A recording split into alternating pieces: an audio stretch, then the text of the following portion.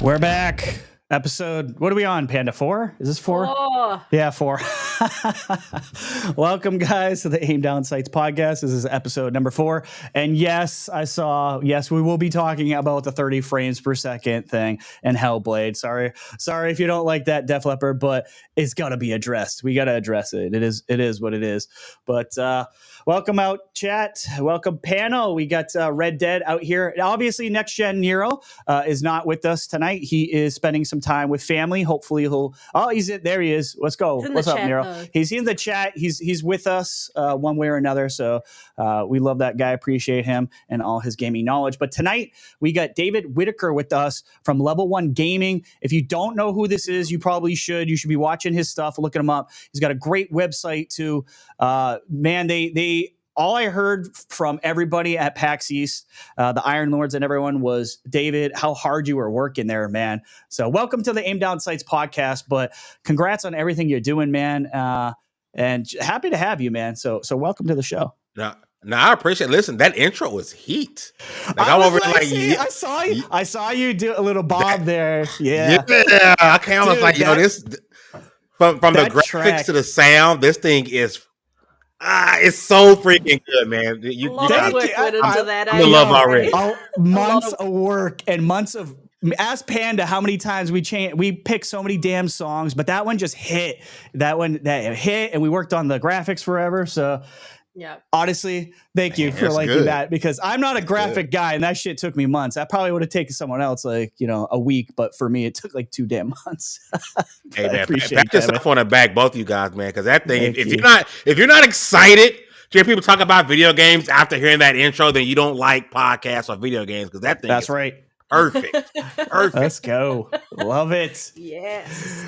Lord Roughness says, yes, Rhetri, Panda, and Fame. Let's go. Thumbs up across the board. Absolutely. Panda, I know I usually have Nero popping up the chats tonight. You mind taking his duties and kind of, when there's some good stuff popping up. Oh, there we go. So, yeah, you can't hide. Level 1 game just subscribe. Thank you, David. Appreciate that. If you guys are new here, make sure to subscribe. And if you do, obviously you'll get that pop up. We'll see and we'll recognize you. And because that's one of the reasons we're trying to use this software and do make it more like a Twitch streamer type of scenario. But yeah, definitely out here. Love you, Lord Roughness. Excited to talk some game stuff. There's been a lot of news. There was so many damn topics that were on this topic list, like way more than usual, because things just kept popping up at the last second. It was kind of driving me nuts. I'm just like, I want the news week to end, but new stuff just kept coming in. Yes, Nero, fuck IGN, hashtag fuck IGN. That's one of the things we say around here, because we're not big fans of IGN around here. But I'll start asking you, David. I know you've been busy lately. You just, you got back from PAX not too long ago. Did an awesome bang up job, like just covering. You guys obviously didn't get much sleep, because I saw how much coverage you were doing, and everyone I talked to told me you guys were probably the hardest working people there. That's what I heard multiple times from people that I reached out to that were there. So congrats on that. But what I want to ask you is, now that you're back home, what games have you been playing, man? This is an indie game, and I'm hoping everything's still working on my end, because my screen went completely black. Was it? No, you're good. I see it. Yeah, I'm completely black. I can't see you guys at all, but you guys can hear me and you guys can see me, so it's all good. You, right? We hear you. Yeah, you're good. Yeah. I've been playing this indie game called Knight vs. Giant. It came out back in 2013. Oh wow. That game is actually if you ever met a guy named Baron Jesse 7, called it a fame game, like those roguelites where indie. I'm a really big indie game player. That game has been having me really hooked. I streamed it for about a couple of hours, a couple of days ago. Shout out to the P Cube who sent me out over at Code. I finally got around to it, so that's been captivating me. Power World is about to take my time again, because the freaking updates. Yeah, you're good company right here. Calling my name. Yeah. I just really wish that they would allow us to like merge servers over. I got a friend who's been like telling me, "Hey, go back to Power." And I'm like, I'm kind of busy, because he's been playing at my world. So it's like he's either start over or wait for me to get on, which kind of sucks. I kind of wish we would have started playing on PC, but how can you pass up Game Pass, right? So yeah. Did I miss? Was there a major update, David? I might have missed it. Raids are. Oh, the raid thing happened? Damn it. I missed that. That already went through? Yep. Oh, shit. Okay. There are some leaks about new portion of the map, new pals. So Power World is. I'm hoping they start to get his player base back. And I know at one point it was reported it lost like 97% of his player base. But it kind of makes sense, you know. After a while, there's only so much you can do in that game. It doesn't take kind of min max it. But Power World is back in my rotation. Knight versus Giant. And I'm just waiting on Senua to take over my life again.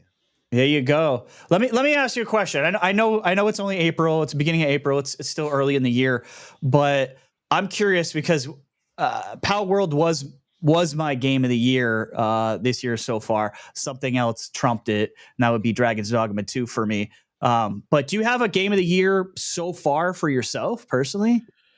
You know, if you had asked me this a couple of weeks ago, I would have told you Power World.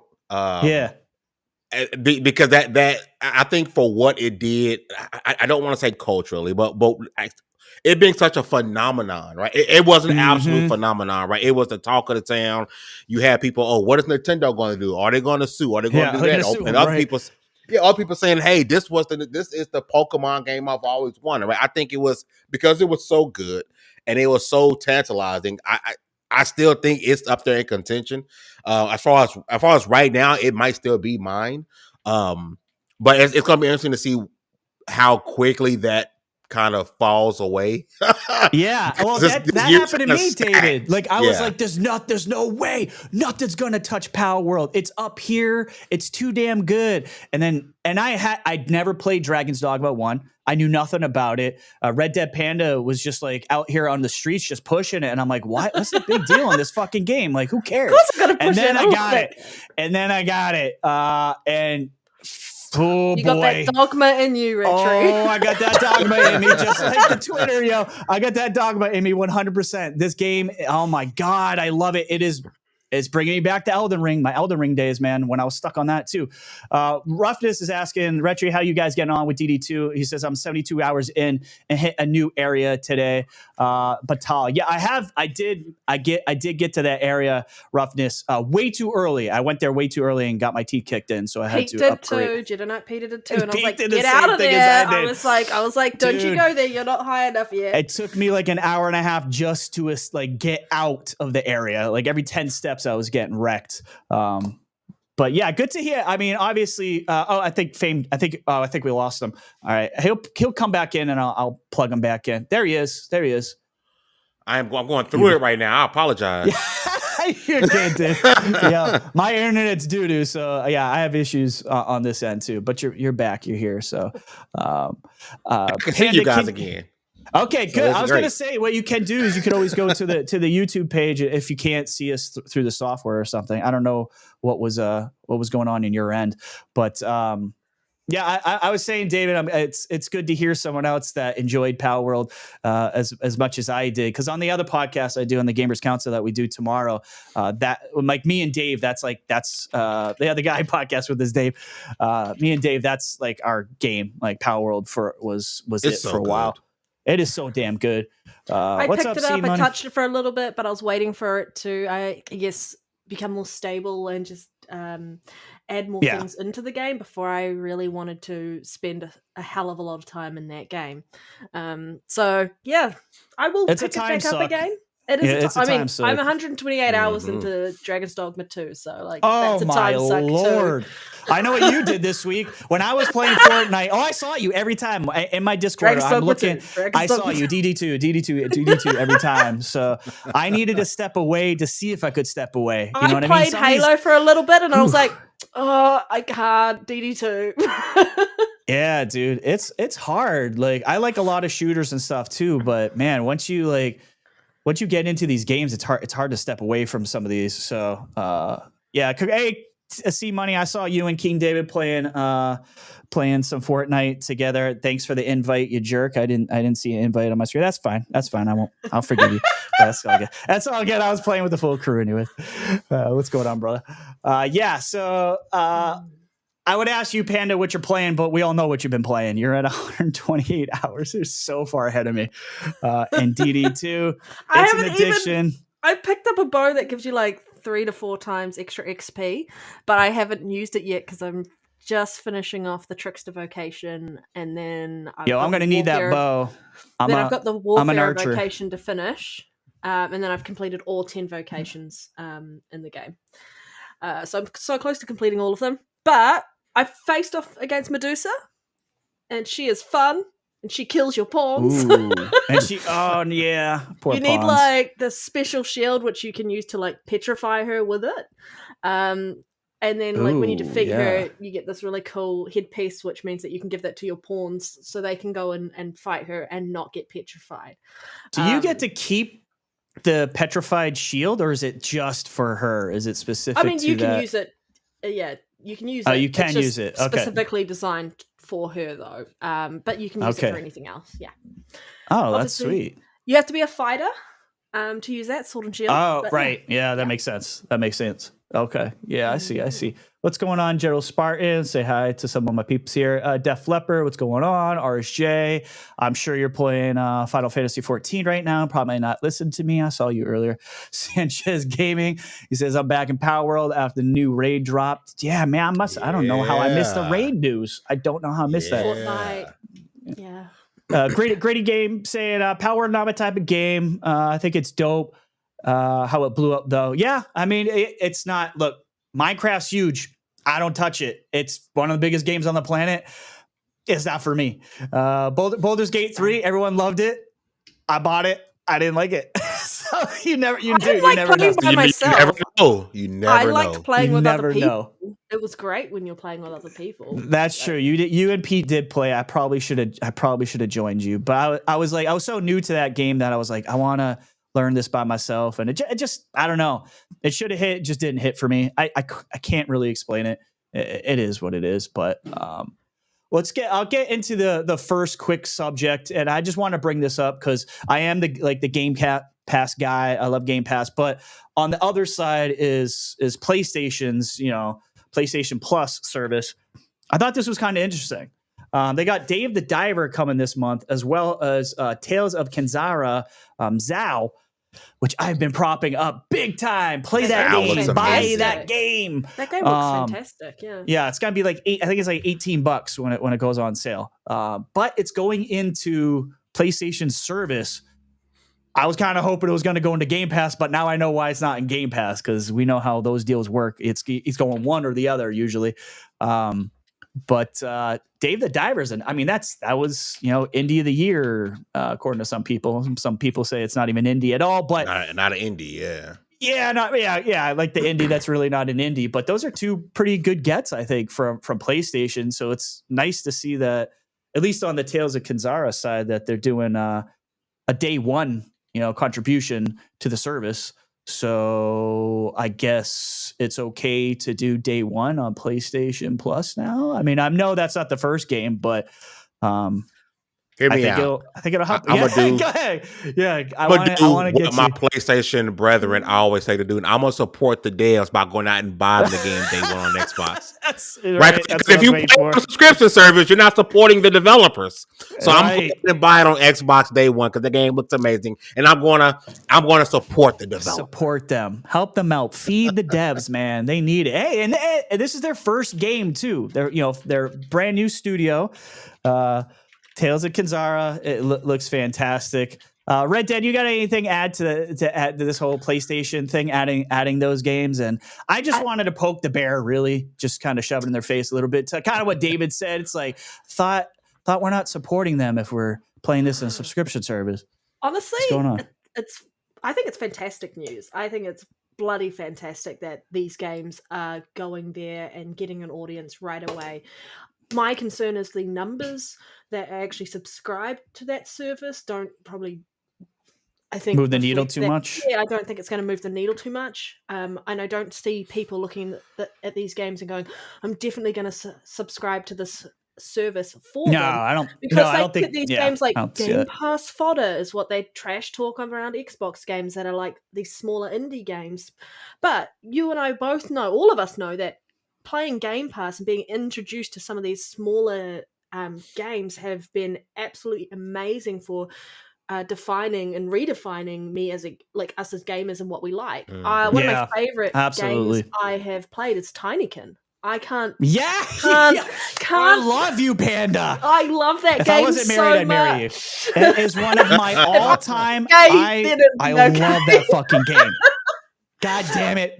Internet, play that game. It did not get enough love. It did not get enough love. That game is one of the fantastic. best platformers I would have never looked at it twice if it wasn't in Game Pass.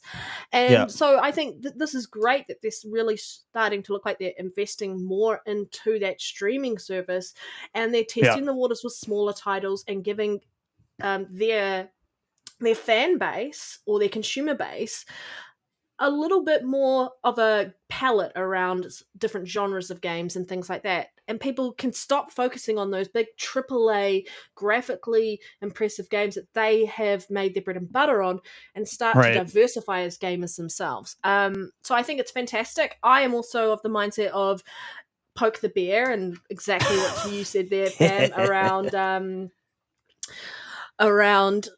supporting the devs, and I'm going to buy it on a service that is not within the subscription. Like, I'm just going to buy it as is. Just to kind of why would you do that though? Like, why would you just go, fuck you money? We're already living in an environment where there's people are struggling, and we're like, you know what, I'm just going to set this money on fire when I could get a discount or save money.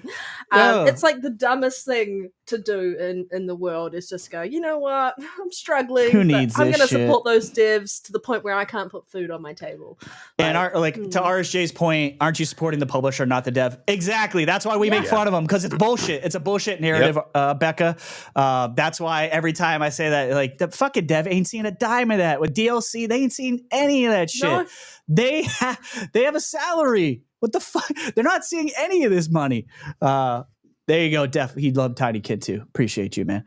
But yeah, definitely. Nero, please check out Tiny Kid, brother. I know you'll like that. Adidas, I have not finished RoboCop yet. I will, brother. You gifted that to me. I promise you I will finish that game.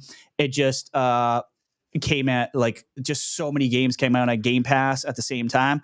But I promise you, I will definitely finish RoboCop, because what I played of RoboCop so far was fantastic. We're gonna see the hypocrites start coming out of the woodworks again, with these more games launching into PlayStation Plus. Like, it's gonna start happening, and they're gonna have to try and walk it back, and then try and save face, and then try and What's go, new?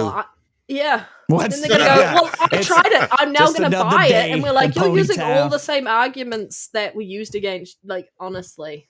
It's entertaining to watch, but I think it's great news at the end of the day, especially for those developers. That just getting that extra spotlight on their games. Yeah, free advertising essentially. Absolutely. And you know how Sony likes to charge for advertising on the. And I seen the guy, I cannot remember his name right now, the guy in charge of the studio, the guy who obviously started the studio, Tales and Kenzera. He's been on a bunch of podcasts, which has been great. You know, he's doing his rounds. I'm gonna try to reach out to him too. I would love to talk to him, because that game gives me Ori vibes. I played the beta. It's fantastic, man. Like, I am super impressed with what they've been able to pull off as their first game coming out the gate. You're swinging that hard. Yeah, that's a little indie studio I'll be watching in the future for sure. So that was that news. I just wanted to get through that. So good on PlayStation, I guess, for getting that. It's a good get, in my opinion. Some news. We got Yellow Brick Games announces its studio's debut release, I should say, not released. So that's cool. It's called Eternal Strands. Let me see. Let me get us over here. See if I can actually play that. Which thing did I put it in? Was Eternal Strands over here? No, find out in a second. All right, Eternal Strands. Where you at? All right, hold on. Give me a second here. Anyway, yeah, go ahead. I'm sharing the screen right now. So doing the silence. What should we do? Yeah. Okay. So, you said you had been playing Dragon's Dogma 2, right? No, it released Right, it Well, released you've been while playing I Power was World, in. right? Yes, well, Power World, and also I can't believe I forgot to mention how much I've been playing Helldivers too. But Dragon's Dogma Yeah. released while I was in PAX, while I was in Boston. Oh, And I was like, oh, okay, I'll just play it when I get back. When I got back, I never got around to, like, I haven't even bought it yet, but it was on my radar. But I was like, I'm not gonna freaking go out and play it, and it just sits there. And I'm gonna be in Boston. I'm gonna come back, editing stuff, and never get around to actually gaming. So now this weekend will probably be the first time I actually get on, download, and finally get to it, because I've heard nothing but amazing things about it. I just haven't had the opportunity to go in there don't fall into and any really devote horrible time traps. to it. The game doesn't tell you shit. Hey, Rhetri. I mean, she's right. It doesn't tell you nothing. I had to look up a lot of guides. I'm a lot. I know a lot of people are like anti-guide. I am pro-guide. It made like the experience for Elden Ring much better for me. So I mean, Elden Ring is like, don't be ashamed of using guides, guys. Who gives a shit? They're out there for a reason, and I love them. But I want to show this footage. Let me know if you guys can hear the stuff. It should be coming in a second. Is audio coming through on that? All right, good.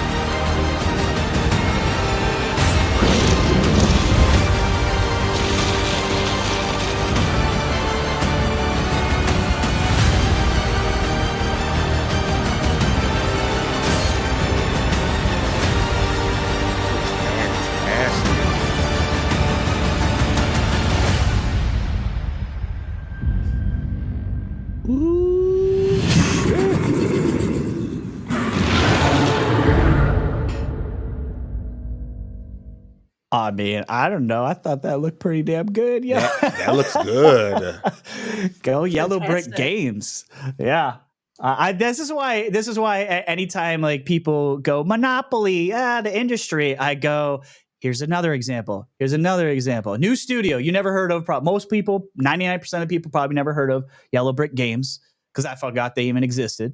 And you get a trailer like this. I think this game looks fire. No pun intended on the dragon at the end there. But what do you guys think? You think it looks good, or something you might be interested in playing here? It looks fantastic, and it like to your point, it kind of shows you like there's never really going to be like a monopoly in the games industry, right? Because you always going to have a studio that's not attached to none of the big brands, none of the big names, that can make a fantastic game, right? It's all about the developers and the art and the artists, and if they have an idea and they have some financial way to make their game, they're going to make games, and they're going to look freaking. I mean, this game could come out and it could be absolutely terrible, right? But from what we've seen, it looks great, and that's what I love about the games industry, right? Is that there's always going to be something new to captivate you, whether you play on Xbox or PlayStation or PC or Switch, regardless of your bias, right? There's always something to play. Always. And that's why we have the best hobby in the world, because stuff like this can come out of left field and surprise you. That's why I love what we do, man. This game looks fantastic. Yeah, absolutely. Panda, what do you think? I think it looks great. I am excited. The music, everything just looks like it's going to be a game that you're going to really enjoy playing. I really like the art style. I don't know what it is. This art style always... I do too. It gets me every time. Every time I'm just like... something so lovely about it, and I'm like, I have to go play those games. I want to see more on it, to be honest, especially when I read that the creative director from the Dragon Age franchise was leading development for this, and I was like, yes. Oh, that should get you excited. Yeah, I love Dragon Age. Actually, anything BioWare related, basically. So for me, anytime we're seeing more games coming out and it looks like they're putting a lot of time, effort, and there's going to be a lot of support and hype behind it, I'm happy. I really want for like a debut game from a new studio, that I think this is a great way to introduce it that first time, build that hype level, show something. This reminds me of like games when I used to play when I was younger, where you've got that massive colossal monster or bad guy, and then this tiny little thing, and you're like running up, and you just like hit them, and it's like dink. Yeah, it doesn't go dink anymore. It's more powerful. No, it doesn't. More It's just like, but back in the day, it went. You're right. Definitely did that. Yeah. So it's one of those games where I'm like, I'm intrigued and I want to get into that world. It just gives me that exploration vibes that I really like from games. Yeah. Any type of role-playing game, I'm really obsessed with. They're like my favorite genre. Yeah, me too. Apparently, last like 3 or 4 years, that's always seems to be my game of the year. So I'm like, oh, this game's the best, and then there comes some RPG to kick it in the teeth. So it looks like it's inspired from Shadow of the Colossus and Monster Hunter. So I'm a little scared because Monster Hunter was a little difficult for me. So I hope the difficulty level is not Monster Hunter difficult, but and you got, like you said, like the massive creatures and all that stuff. So, and it definitely, I said the game will combine Tears of the Kingdom type physics. I definitely got Tears of the Kingdom vibes from this trailer, 100%. It says you're going to be an ultimate sorcerer, supreme badass. Yeah. So I think it looks fire, man. I mean, just from the trailer, like you can just tell that it's going to have great physics and everything else that you want in a game. Yeah, you almost like a lot of these trailers, where you see gameplay and you see like the movement. I always pay attention to the physics and the movement. I'm like, is the gameplay going to be good? And if it looks a little chunky, it looks a little like, jittery, and I'm like, oh, here we go. But this one, I don't know. This one looks pretty damn smooth to me, so I'm definitely here for it. I was vibing with their music too. It was great. Yeah, music definitely like, a good trailer. Yeah, I know. I've been fooled before, man. You put some good music in there, and you show a little bit of combat, and I've been fooled before by these types of things. But we'll see. We'll get on to the next subject. So I'm curious if you guys are hyped about this as I am. We're just flying through this stuff because I'm just so hyped for this. I can't kind of shut up about Fallout coming out, but this is the latest Fallout thing. Let me fix that. There we go. This is a little behind the scenes thing because you're picking up the mantle of something that so many talented writers and artists have worked on for so many decades. And we knew that we wanted to tell an original story within the Fallout universe. We were drawn to the idea of creating characters who would embody the different factions that Fallout is so famous for. So a vault dweller, a ghoul, a member of the Brotherhood of Steel. We wanted to show as much of the world as we can through different lenses, and it just makes you lean in.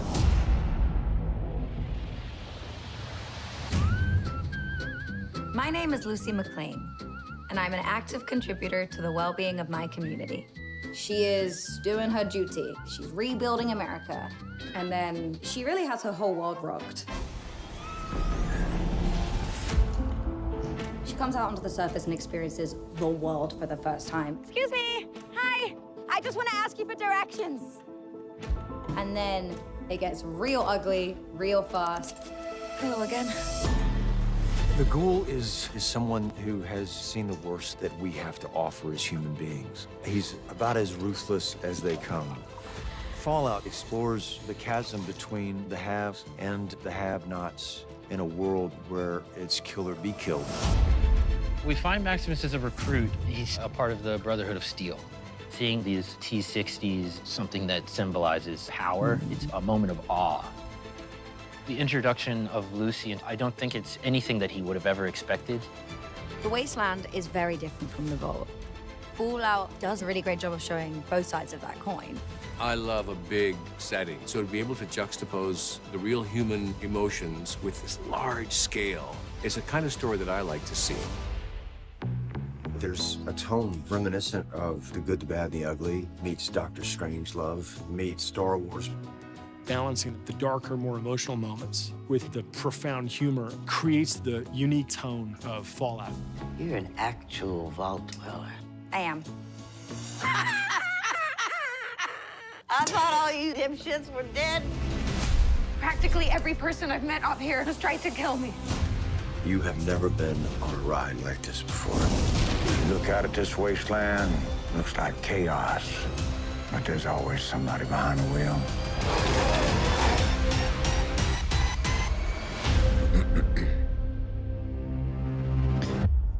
Why is it not the 11th yet? God damn, dude. That trailer. Damn, dude. Oh my God. That trailer just. I'm so hyped for this. David, I'll go to you first. Like, are you a Fallout fan of the games? Do you care about Fallout? And what do you think about this series coming up, which is coming this Thursday, actually, is the 11th, I believe. So if you're on Twitter or X and you know Anchorman, don't tell him I said this, okay? I couldn't care less about Fallout.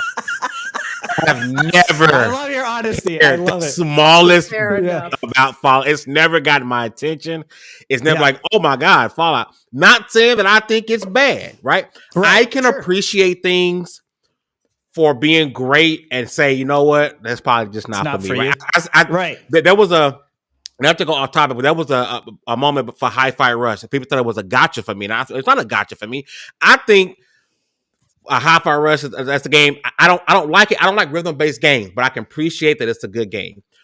In the Fallout series, right? It's not for me, but I can appreciate it being great for other people. This show looks really good. For me to say, I'm not gonna fake it to make it. Say, oh my God, I'm so super hype and excited and da da da da. Right. It's never captured my attention, but I can appreciate it being great for other people. You gonna watch this? Fair enough. Probably gonna watch it. With that said, yeah, you don't watch it. Check it out. Right? See episode 1. See if it's. Yeah. The thing is, what was the show on Netflix that? Oh God, that came out. It was the animation, and it was based on the video game. Arcane. Thank you. I knew when you said animation, I was like, Arcane. Yeah. I fucking love Arcane. Never played the game. Don't care about the game at all. Arcane is the show's fantastic. It's a masterpiece. And so like this could be like Arcane was for me. This could be your Arcane. This you don't care about Fallout the games, which is perfectly fine. I know a lot of people who don't. I like Fallout. I don't love it. Like I always had an issue with the combat personally. But 4 improved that greatly. But I'm just so hyped for this damn show. I think the world and the cheekiness, almost like Dorothy, Lucy's kind of like Dorothy in the Wizard of Oz going out into this, unknown world. I just find super exciting, and just her ignorance of how the real world is going on out there.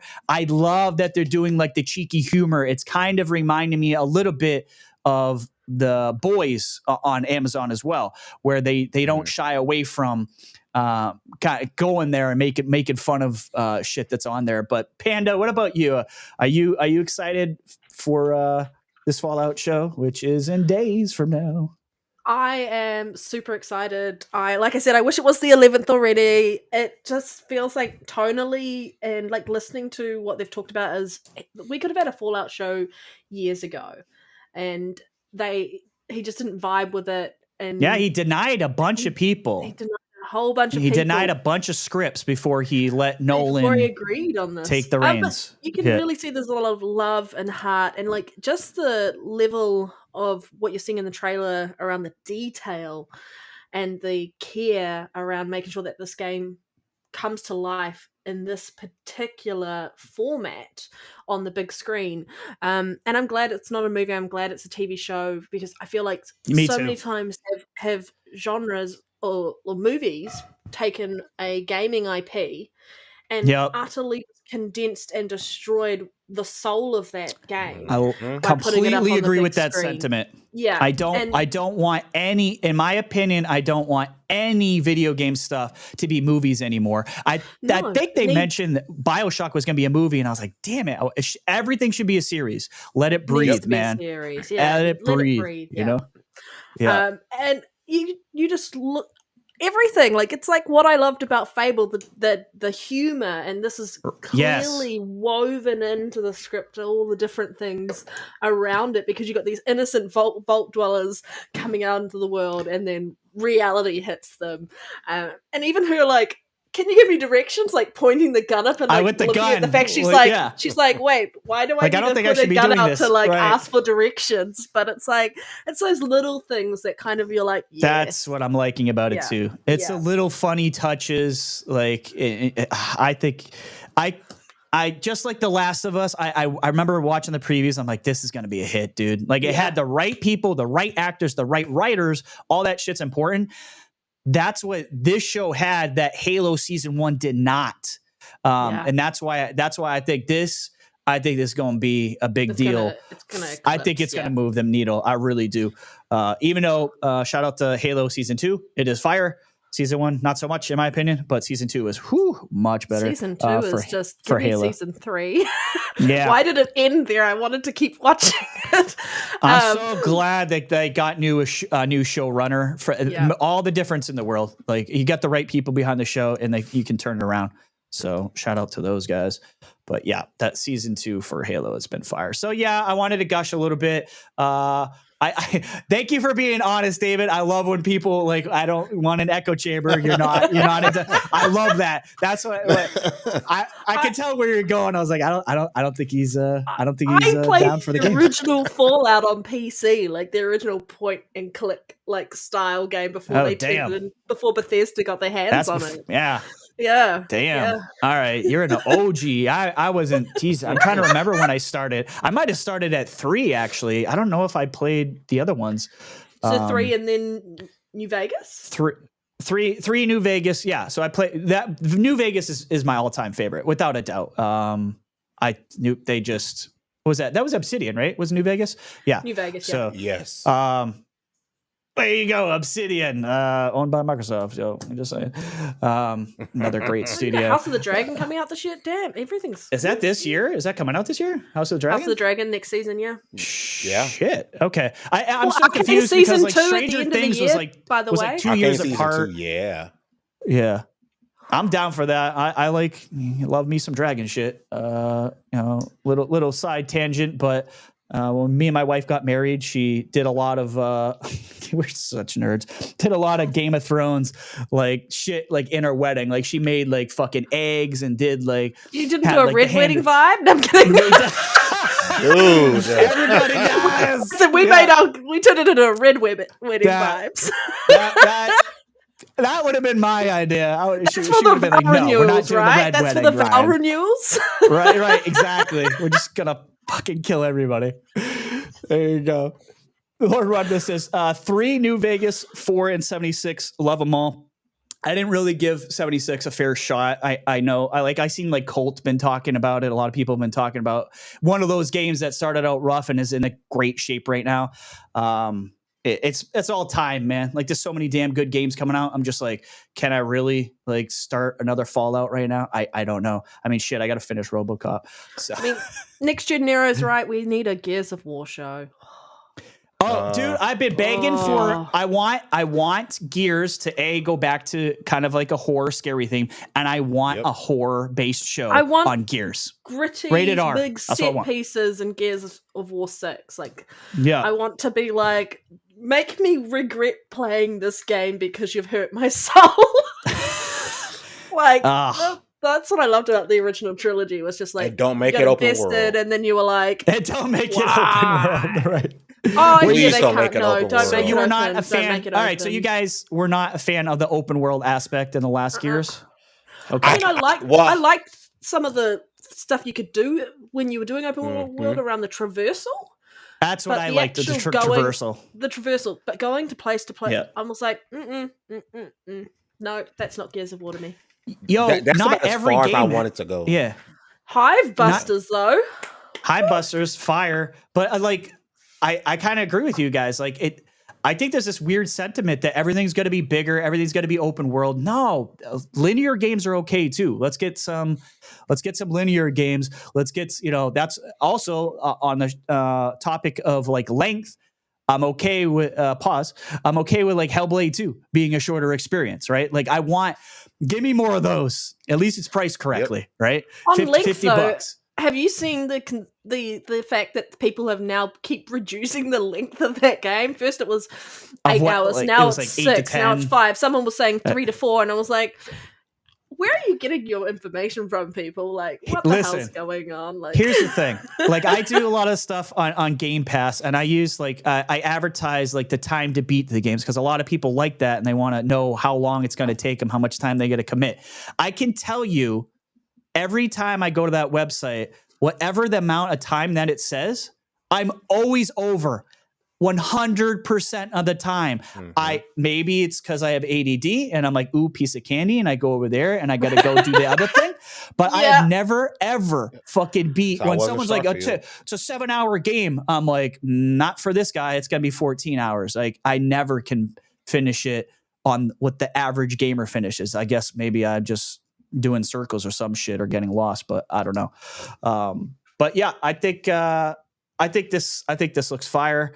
Hopefully it'll be good. Comes out this Thursday. So congrats to everyone involved in making that. But let's. Do you think they're gonna do what they did with the other shows, where they released the first 2 episodes so you can watch back to back, and then that's a great question. Maybe if I'm I Amazon, don't want I'm milking this. I want 2. I know. I do think that'll happen. I think Amazon might do like a 2 or 3. They do it for some stuff. Like they did it for like Invincible, the animated one, which is also one of my favorites on there. So Amazon's got some great shows, man. Now I'm thinking about it. So hopefully they'll give you like a little bit of taste, and then I'm pretty sure I think it's got to be weekly. I mean, I don't know if I think it's Amazon's the ones who just changed their service a little bit to add fucking ads now. There's now ads when I watch their shit, which pisses me off. It's like, we were already paying for this service. You promised us no ads. We got this service. We got the 2-day shipping for the Amazon and shit. And now you want me to pay more to get rid of those ads on something you were already giving me. Fuck Disney you, Amazon. Plus is doing the same thing. Are they? Okay, Disney I didn't Plus know that. is about to adjust the tier system. And it's ridiculous. So that if you're paying for premium, you won't have ads. But if you're not paying for premium, you'll have ads. I'm telling you, they're not making me feel bad about being a thief. I'm just saying, use a VPN, guys. If they want to keep doing this shit, I have to support the pirates out there. That's a pirate's life for me. I'm sorry. Like, you keep fucking around, you're going to find out. But they'll keep doing it. People are going to keep paying. It's like Netflix. How many times has that gone up in price? I've lost count. But no, it is what it is. All right, let's. I don't have Netflix anymore. Yeah, a lot of people cancel that. Yeah, there you go. Especially Arcane. I'll be pirating Arcane's that. fire. Yeah, Arcane. Oh my god, I love that show so much. And yes, RSJ, it is based on a video game. What the hell was the video game? What was it? League of Legends, lol. League of Legends. Thank you. I was never going to remember that because I just didn't care. I did. You know what though? I will say one thing. It did make me think about possibly playing League of Legends. And then I did some research online, and then I was told, don't fucking do it. It's the most toxic community out of. I'm like, more toxic than COD? They're like, yup. I'm like, League of Legends is really? Yup. It's more toxic than COD. I was like, oh, all right. Very toxic. I'll leave it be.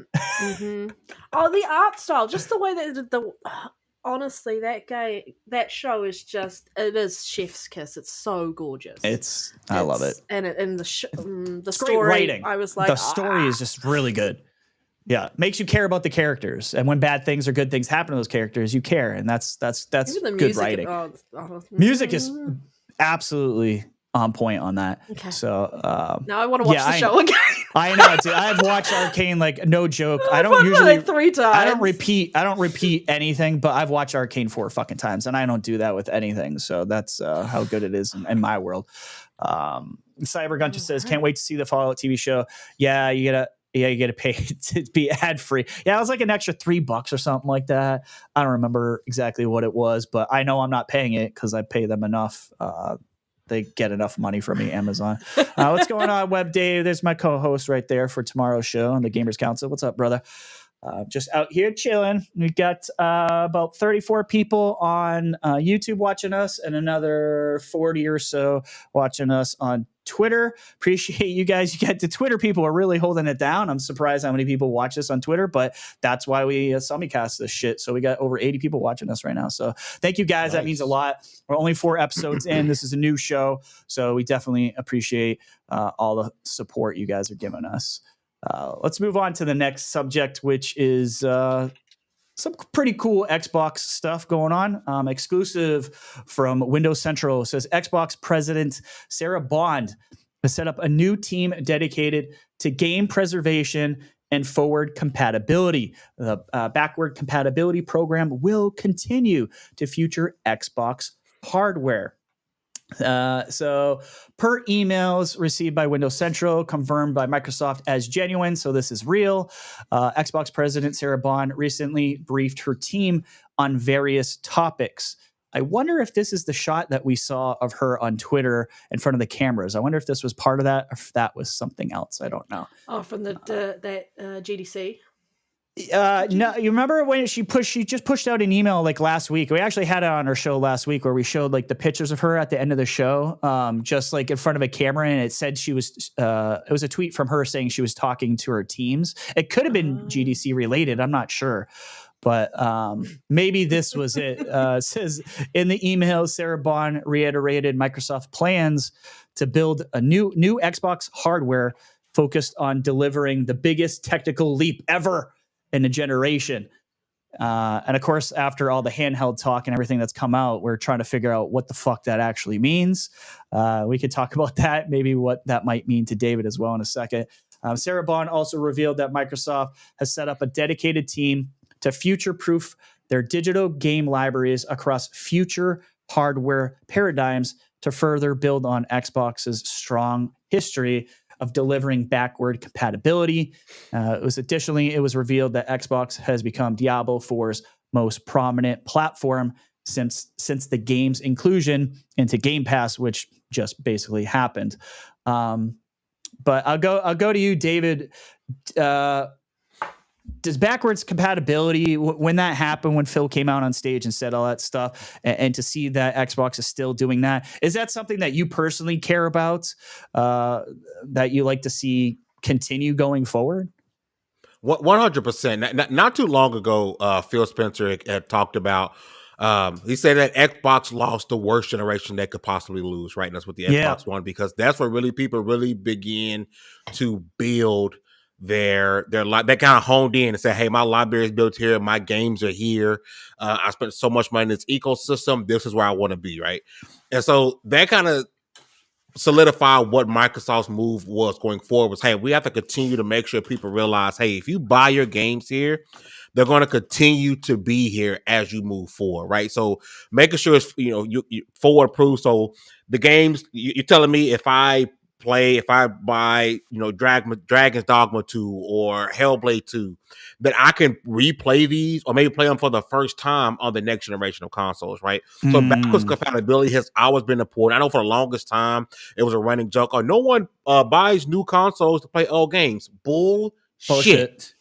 It's complete and utter bullshit, right? Because we play old games all the time. Because a lot of times, let's be honest here, how many games this year alone have we purchased and they're just sitting there? We haven't touched them yet, right? They're sitting in the backlog. You never know when it's time to finally crack something open. You never know when it's time to finally start a game, right? That could be this gen. It could be next gen. It could be the gen after that. But if the company's telling me, hey, no matter what, there's going to be an opportunity for you to play this game on this platform. You don't have to hook up the old system.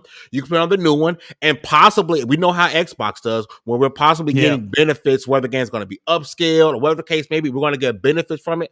Backwards compatibility is huge. And what we're hearing from Microsoft and Sarah Bond is saying, hey, continue to buy your games here. Continue to believe in a platform, because no matter what, the next generation or generation after, you're going to be able to play those games. And no matter what anybody tells you, oh, when it's time for a new gen, leave old gen behind. Hell no. I want to continue to take stuff with me. It's complete bullshit. I want to continue to take stuff with me. And that to me, that was a huge statement. And you kind of, I know people are worried with the Xbox brand right now. And I understand that. I'm not going to tell you you shouldn't have your feelings because it's your money. I understand that, right? Sure. But if you're telling me, hey, I might have a handheld down the line, I might have a new console down the line, and I can go back and play Hellblade, the original game, sign me up. I'm not going nowhere. I'm here. I mean, everything you just said, it's funny. Like, you're like, I might have a handheld, and I might have maybe like a different Series X, double X, whatever the hell it's going to call, like another powerful console and backwards compatibility. It almost sounds like now and in the future is the best time to be an Xbox fan to me. You know what I say? Yeah. Like, the worry to me is I think it's a little too soon to worry on the Xbox hardware side. Personally, I think it stemmed from those 4 games going over, and people just didn't think it was going to happen, even though they've been telling you it's going to be happening, and it's been happening for years. Like this. But I think it's real now. Like it's in your face. Like those games are going to other platforms, and I think people are just like, is that going to hurt Xbox hardware? And I honestly don't think it is, especially if they're going to do what they're saying what Phil wants to do and getting other stores involved.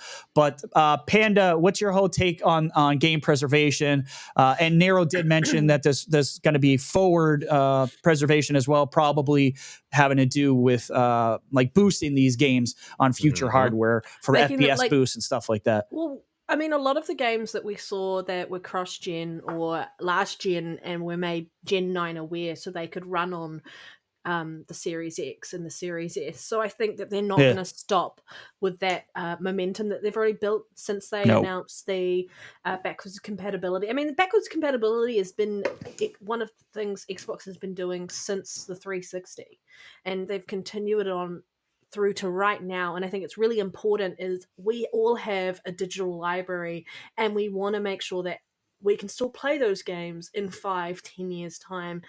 And it's really important. Yeah, I mean, we don't want to see what happened with the Sony and the movie stuff, right? Like the licensing thing is so scary, where they could just rip your the shit you just bought take it away from gone. you. Just take it away.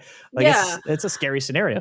I look at it and I'm thinking like the messaging was really important. Like people were asking, even on the PlayStation side, they wanted backwards compatibility with their PS4 games to the PS5, and it wasn't 100% announced around how they were going to do that. And then when they did, there were a lot of people who were happy about that. But I also think as long as they keep on the momentum around not charging if they create a next gen patch or something for that game, that's a big thing. Don't charge for that. I think PlayStation did so many people dirty on that. I know they were trying to make more money on it. I guess it does put more time and effort for the developers, but if people love your game, they will go and play it if they can get a better experience out of it on better hardware, and you make it freely available to them. You're already purchasing that hardware, so you should be able to take advantage of the power available in that hardware that is on offer.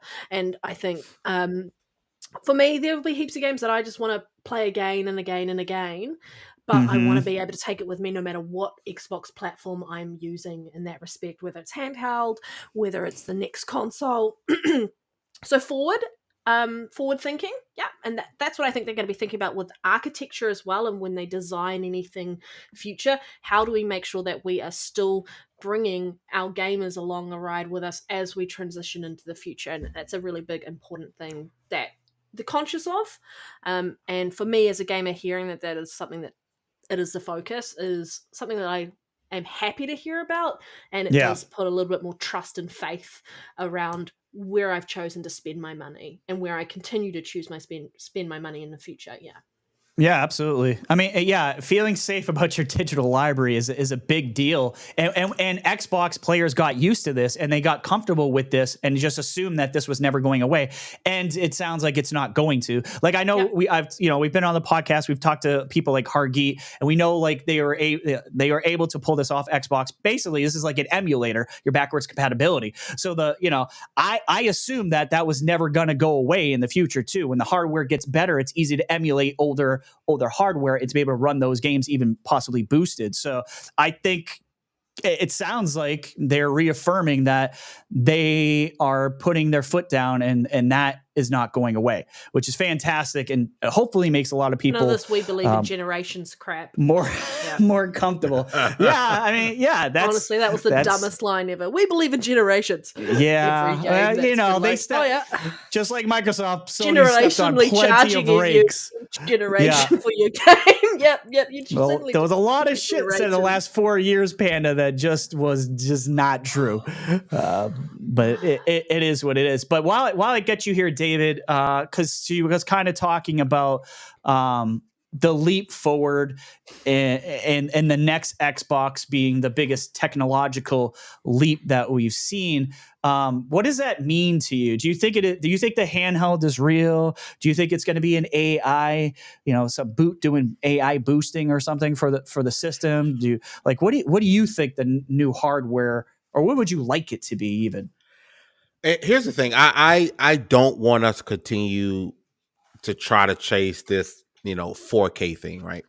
Make the games look great, make them run great, right? I think this next generation, because I remember this generation, we were told, 60 FPS. That was all the talk, right? Next generation, next generation has to be that. I'm sorry, I love a great looking game just like the next one, but 4K and trying to have it's all overblown, right? Most people still don't even have 4K televisions. People are gaming on monitors that don't do 4K. Even the monitor I use now is 1440p, right? Yep. I don't care about none of that. Give me 60 frames per second, right? And as far as that handheld goes, as long as I can take my Xbox library with me, I'm a happy man. Yes, I can play on my phone with a controller. You can use a backbone, yada, yada, yada. But a dedicated handheld, right? Especially if you're also hearing that, hey, if this Steam and Epic stuff is true, we're going to have an all-in-one encompass handheld, right? If I can take my Xbox, and not just streaming, right? I'm taking my library with me. I can download games to it. When I hear next generation, biggest, leap or whatever, you better be telling me, hey, the 60 FPS really is the standard now, right? We're gone on 30 FPS, and I get one of the cinematic stuff, and we'll talk about Hellblade later, I'm sure. I get that, right? But give me something that's 60 FPS all the time, and I'm happy, right? I don't care about, oh man, this game is 4K. Play the next, like PS5 has fucking 8K on the box for no reason. 8K game and no one's playing it. I don't care about 8K. I don't want to hear 4K. I don't want to hear 8K. I want consistent, solid, steady frames per second on 100%. Great looking games that are fun games, and you want to hear a peep out of me. I love that. I would take 1440p. I love that you're like, I'm sick and tired of hearing 4K. I would take 1440p 60 all day long, every day, every time, to the end of time. It's the option, right? That's what I want. I want the option. Yeah. Don't try and tell me how I want a game. Like, don't go, here's all you get offered. So take it or leave it and like it. But give me an option to choose that. Right. I can either go for the pretty graphics, or I can go for the frames. I guess the biggest thing for me around anything next gen or current gen is really about the immersion piece around the AI for NPCs, the graphical fidelity around the physics, and just making the game feel lived in and real, so I can get lost in it. That's what it is. And yes, pretty pixels do sometimes help. That's nice. That's not what I'm going to be focusing on when I'm playing a game. I want to get lost in the story. I want to get lost in everything else, the environment, and I also would like to do it without feeling motion sick half the time. So give me 60 FPS. Yeah, I mean, yeah. Some games can do a good 30, though. Some games can do an okay 30, but I think Fonz put out a tweet that something along the lines of people aren't saying they're not going to play 30 FPS games. They're just saying they prefer the 60, and that basically we should have it. And I agree with Fonz. Like, we should have that. Every time I hear about 30 FPS, am I disappointed? Yes. Is my game of the year right now 30 FPS on console? Yep. It is. And I'm telling you right now. Well, no, I'm on Steam, and I can tell you right now, it doesn't run much better than 30. I can tell you that. I got a 4070, which is a pretty damn good GPU, and I got a pretty damn good CPU, and that is not optimized, and it is choking. I get like 47 frames when I'm lucky. It's all over the place. But it's a great game. A great game is a great game. But to David's point, that next gen, Jesus, it better be 60, dude. If it is not hitting 60 for everything, I don't care. Use your up-res technology. Go from 1440 or 1080p and up-res it to 4K. Trick us. 99% of people won't even know the difference.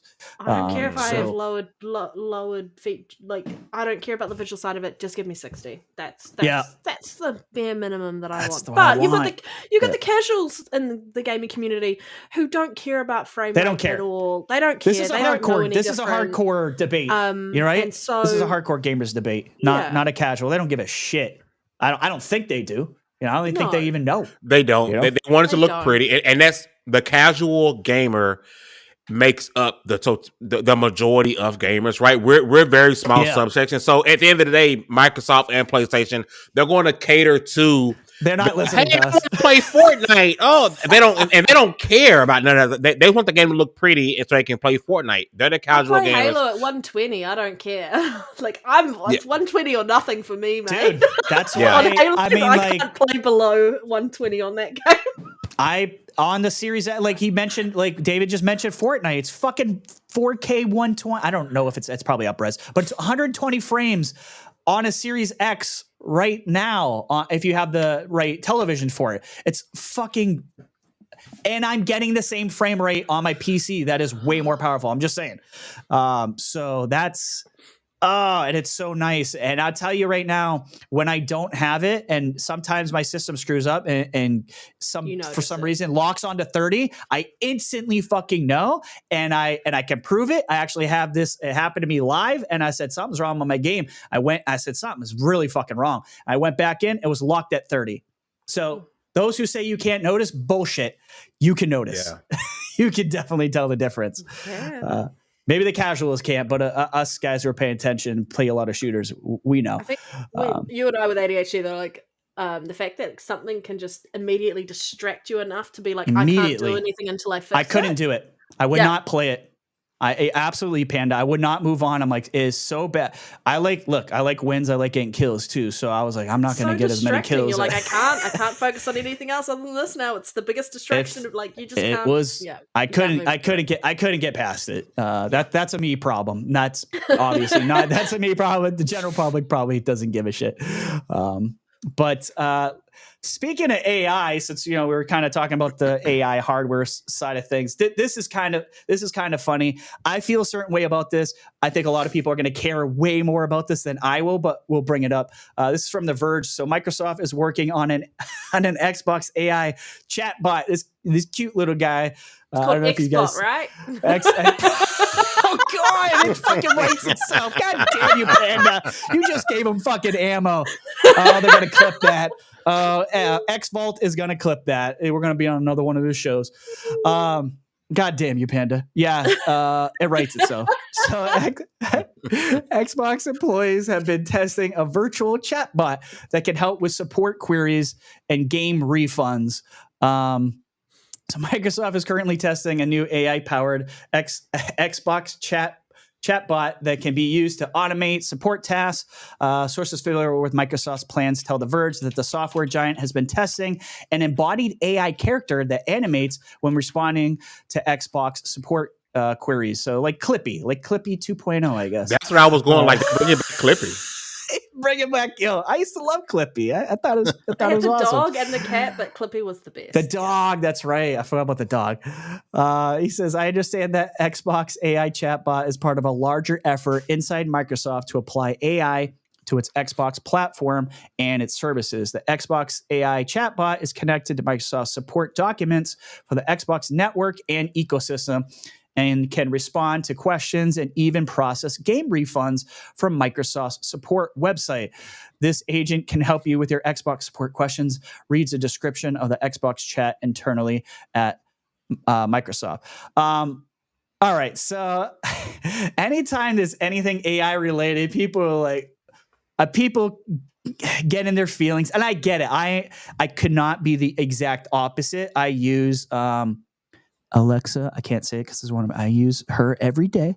And I don't give a shit who is reading my stuff. I got nothing to hide, besides the fact that I use a VPN and I steal shit. But outside of that, I just don't care. I don't care. if it helps my day-to-day life and it makes my life slightly easier, have all my information. I don't care. And I know a lot of people are going to disagree with that. Alexa's going to report you, Rhetri, honestly. She is. She's like, he's using a VPN. She's been storing up as much evidence as she can, and she's just give the whole book and just throw it at you. Which could be true. I could be kicking myself right now.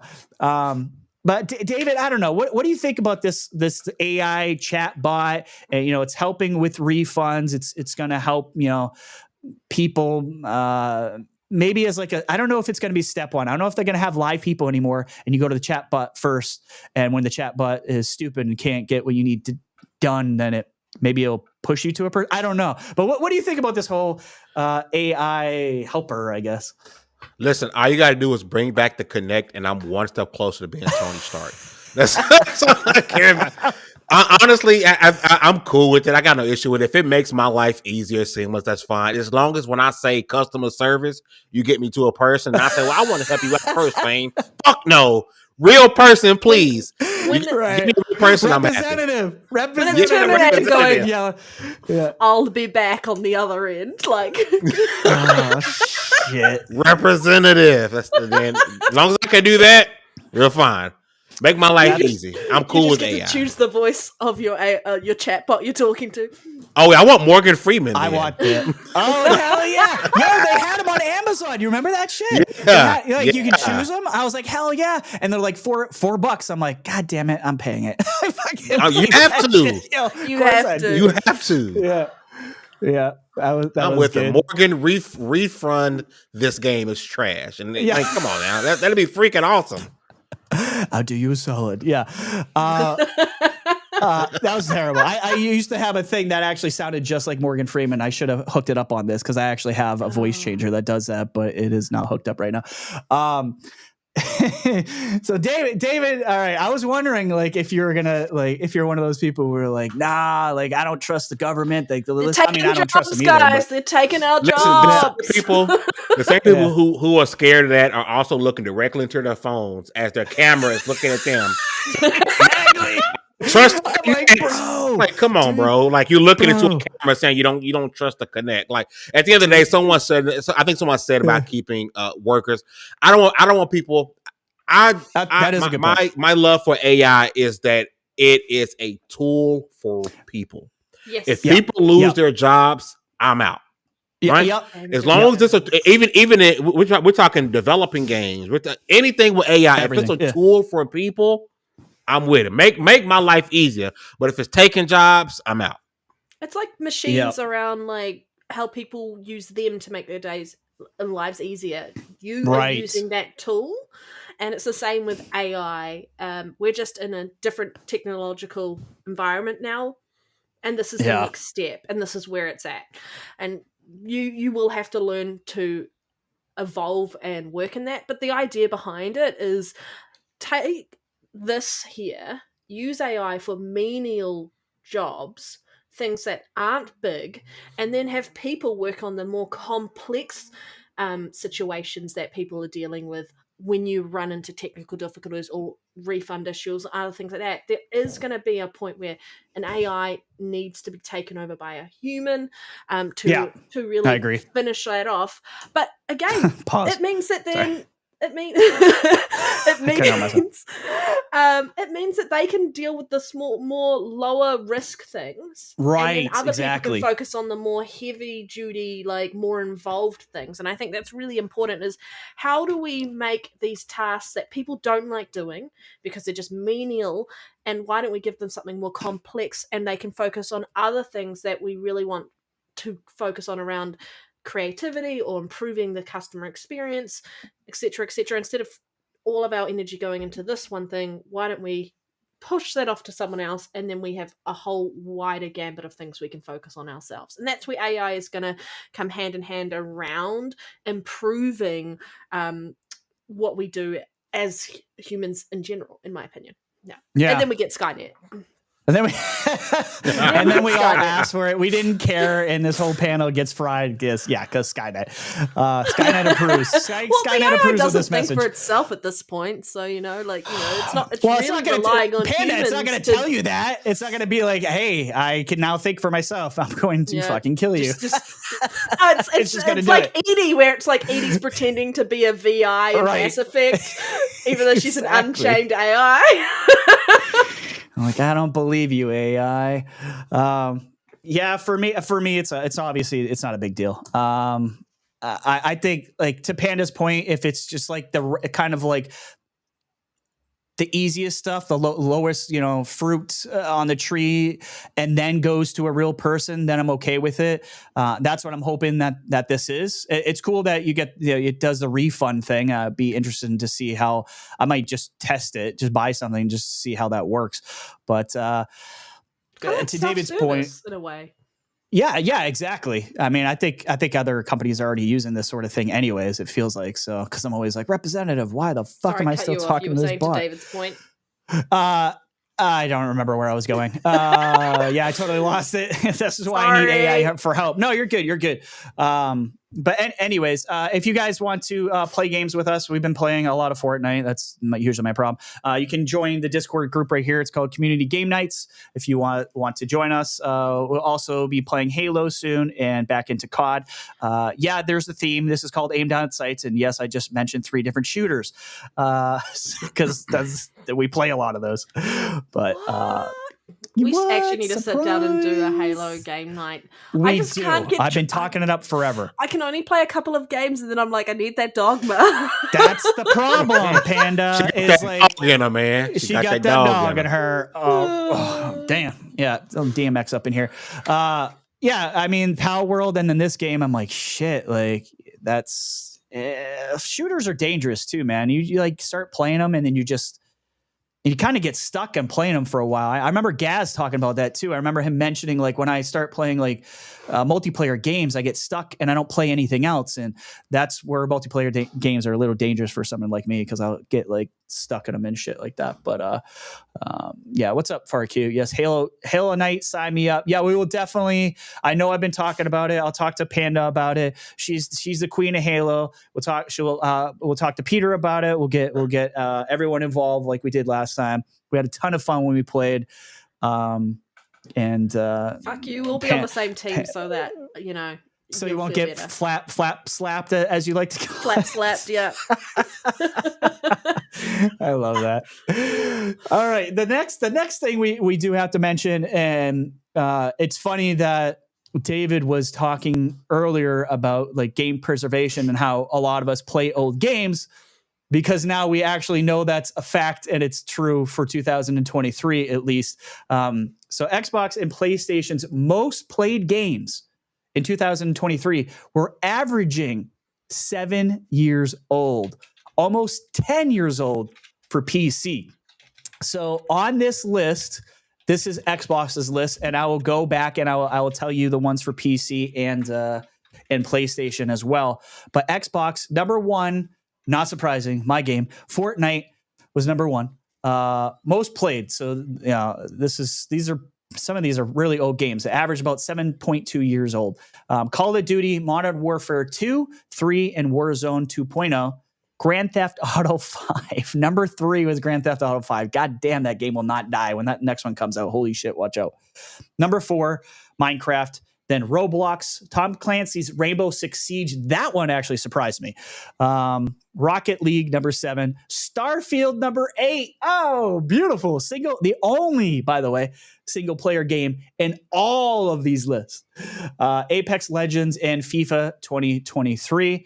That was the Xbox list. Let me go over here and take a look at the other list. So PlayStation, Fortnite, Grand Theft Auto, Call of Duty, EA Sports, FC24, Roblox, Rocket League, Minecraft, Tom Clancy's Rainbow Six Siege, Apex Legends, and Fall Guys. Jesus, are those two lists almost identical? Obviously, Starfield being kind of the outlier there, and Fall Guys on PlayStation. But what do you guys think of this? A lot of these kind of like service type games. A lot of these like have MTX and have been around for a long time. Why aren't we seeing like stuff on, like a lot of people are saying, where's Spider-Man for PlayStation? Where are these first party games on the PlayStation list? I'm sure, there's one thing for them to sell well enough, but the people clearly aren't sticking around to play them. But David, what do you make of this list? Casuals make up majority of the gamers. And what do casuals play? Fortnite, Call of Duty, 2K, Madden. They make up the majority of the gamers. So this isn't surprising at all that games as a service game. Yeah. There is a reason.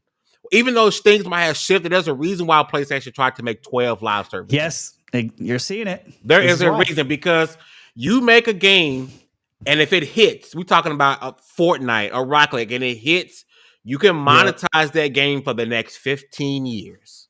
Right. You can monetize for the next 15, and GTA Online, and that is just more profitable. That's more profitable than the biggest superhero IP Spider-Man can give you. You give me one game that I can continue to monetize over and over and over again. It's more value. It's the reason why Sony's doing that. It's the reason why Microsoft didn't let a game like Sea of Thieves go away, right? Because they could continue to monetize it. This isn't surprising whatsoever. This is to be expected moving forward, because yes, the Starfields and the Spider-Mans, the single player experiences should never go away, and they are great. But gaming is going to be defined by the games as a service games, right? People want to play online, they want to play with their friends, they want to play over and over again and build. If you can hone in on stuff like Rick and Morty, Avatar: Last Airbender in your games, you're going to continue to attract their new gamers. This isn't surprising, not even the least bit. Not even the least bit. Yeah. It really confirms a lot of stuff that I've been saying for a while, but I felt it, but I wasn't really 100% sure. And I love seeing shit like this, but like, holy crap, this is a reality in the game industry. And I agree with you, David. Like, that's why I think Sony was just taking everything and just throwing shit against the wall and seeing what stuck. And a lot of it, I guess they feel isn't sticking, isn't good enough to continue working on. They've canceled like 6 of these gas games, but there's still some that have, made it through the gauntlet, I guess, of Bungie and Sony SIE. So it'll be interesting to see if any of those games hit, but you really only need one, right? Because if they're lasting this damn long and you're making money off of them for that many years, you just kind of need that one hit. But Panda, what's your whole take on this list? Does this surprise you, or does this feel kind of like par for the course for you? Honestly, it's the same every year. It's not surprising. I guess the biggest upset and surprise is Starfield being on there. I'm not gonna lie, that shocked me. In sense of being told that it was a flop, it was a trash game, no one's gonna play it, etc., etc. But you saw how well it did around. And the amount of people playing that game day one, the amount of people who bought that game, just the early access to that game to play it earlier than when it released day one on Game Pass. So I think this was the biggest surprise on that list, that Starfield was on there. But that was a juggernaut. It had so many people playing it, so many hours people playing it. Even the people who hated it put in hundreds of hours, Panda. Hated it. I do not recommend you. 200 hours of gameplay. And I was like, who does that? Well, what? Like, why would you play 200 hours of a game that you do not recommend? Like, I'm at 128 hours on freaking Dragon's Dogma. I highly recommend that game. Like, exactly. I would have not put any amount of time or effort into Dragon's Dogma if I didn't recommend it. So, honestly, it's insane. Not surprised here. Obviously, difference around the ordering on PlayStation versus Xbox, but they're all the same games. They are virtually like for like, mirror. And it's those games where you don't necessarily have to spend a lot of time like focusing and going and getting collectibles and things like that. You can just kind of spend some time with some friends and enjoy yourself and really experience these games together and build a community and come together as a community. And that's what these games are. Yes, these companies are like, how can we make money off this? How can we keep it going? But it wouldn't exist if there wasn't a community behind it of people who actually enjoyed playing these games together and enjoyed the gameplay loop that these games offered. So kudos. Just congrats to Starfield being on there. Biggest upset ever. It wasn't going to be anything on the PlayStation first party single player games that were going to end up on that list. There never usually is. I think mainly I gotta be honest with you. I was a little surprised. Like something was like 8, 9, or 10. Like I thought something after all the shit that has been talked about, all those games like just being they talk shit, and that's great. all it is. It is. They don't. There's no evidence to support the shit that they crazy talk. to me. They don't. They don't do it, and it's the casuals are the ones that are on their platform with the millions of copies or millions of PS4 sold last gen, etc. And they're all playing Fortnite, playing these games. Yeah, it's why like Horizon Forbidden West didn't sell as well as it should have, because again, casuals are busy playing these games. They're not the hardcore who are going to support the devs and go and support the first party studios in the same way that people who have the brand affinity do. Yeah. Speaking of Horizon Forbidden West, and that we also showed that on this podcast too on Steam. It was number fucking 58 when it came out, before and after, and I was like, wow. I never would have expected that, and that's why we say day and date means something. You lose that hype for a game. That's why PlayStation needs to do that sort of thing. You're good. It's crazy. But let's get into the Hellblade talk. Hopefully we won't lose you, Def Leppard, if you're still here. I know you don't want to hear more about the 30 frame per second thing, but we gotta talk about this, man. Is he upset the fact that people are complaining about it? Like, I'm not sure. I'm not sure. I think he's probably, we're at the end of the week. There's already been a bunch of podcasts, so I'm sure a bunch of people have already talked about it. So maybe he's feeling like it's fatigue. Yeah, there might be some fatigue there, and I get that, but it's part of the news cycle. So sorry. Hellblade 2 runs at 30 FPS on Xbox Series X and S and won't feature a performance mode. And that's, I think, my problem. Hellblade 2 Senua's Saga frame rate has now been revealed, with Ninja Theory confirming that Hellblade 2 will run at 30 FPS on Xbox consoles. It's another one, right? It's just another damn game that is at 30 FPS. Sure, the fidelity it looks great. Like, the game looks amazing. Look, even amazing enough where Insomniac and SIE themselves are looking over to the other side and going, "That's what Wolverine needs to look like." So we know it's top tier. We know it's top notch, coming from devs that can make it happen with. When you got Insomniac, that work on games with 1,000 other people, and then you have these little old guys with a studio of 20 that is now 80. Only 80 people that made this visual spectacle. I think that's saying something. I think that's also good on Xbox to have such a small studio, because a game like this will cost less money. Right? You look at Sony with their $300 million budgets on all these games and why they need to probably stop doing that shit. And then you got someone like Ninja Theory over here with 80 people making a game that looks just good. But let's get on the frame subject, David. I guess you can rehash what you said earlier. What's your take on Hellblade being 30 FPS, brother? Here, check me out. Back in 2017, Hellblade Senua's Saga came out for the PS4. Right before it came out, I watched all the Death Diaries. I was super excited for the game. It came out on PS4, beat it on PS4, my game of the year, right? And then it released on Xbox, right? And on Xbox Game Pass, I played it again, beat it again, and then they said, "Hey, we got physical copies." I bought a physical copy, never opened it, right? Never opened it. Yeah. I don't give a rat's ass about it being 30 frames per second.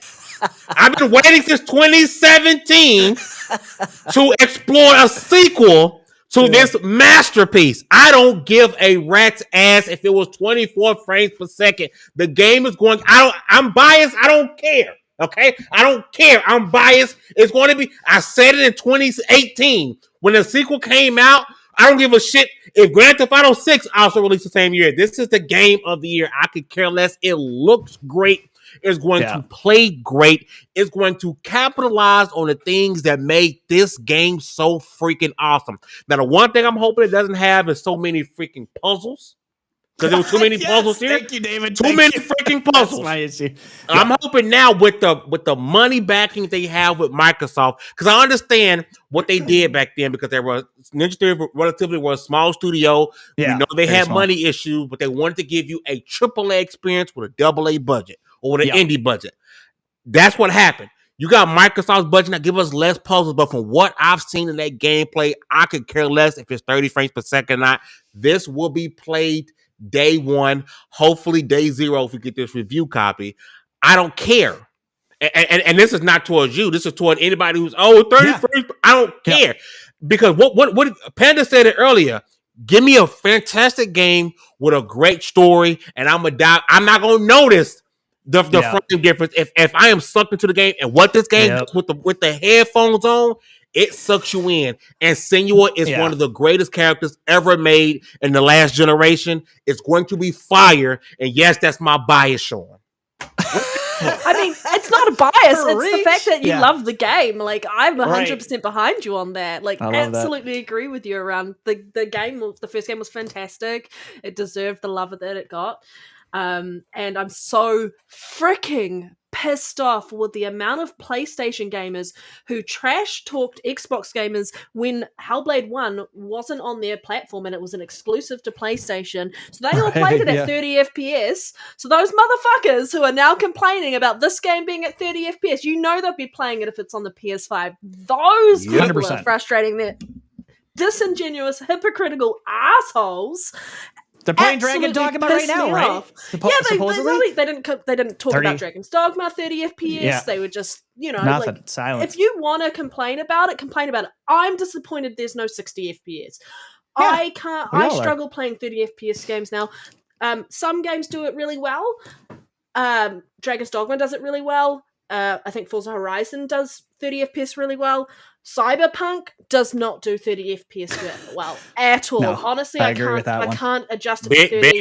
That game makes me feel so sick. So I can't. There are games that I can't play 30. I did not play Redfall until the 60 FPS patch came out because it's a first-person shooting game. You want the frames. This is not that game. This is a massive experience around the cinematics. If you look at the trailer, I was blown away. If you expected 60 for that level of fidelity, the only way you're going to get 60 is if they pulled it back and offered a performance mode.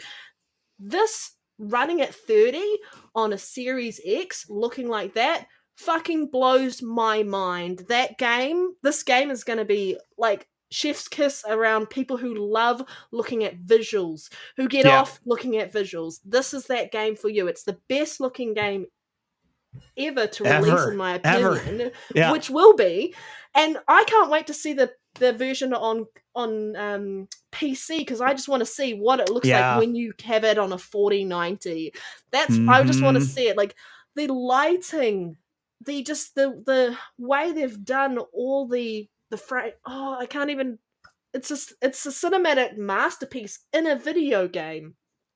You have all the games that people used to talk about and cap about last gen on the PS4 that were all capped at 30 FPS, but you told us that these were amazing, and suddenly you now don't like cinematic games? Where the hell are you guys? That's their bread and butter. They're making fun of their bread and butter right now. Like, just it makes no sense. That's why we know you're full of shit. Did y'all see Gaming Boat's preview? And they was talking about this game is going to be so good, a Game of the Year contender. It should be on every platform. Everyone should be able to experience this. Where was this? Where was this with God of War and Spider-Man? Right? If it's a masterpiece, if it should be Game of the Year, it should be on every platform. Now that Xbox has that Game of the Year cinematic experience, it should be on every platform.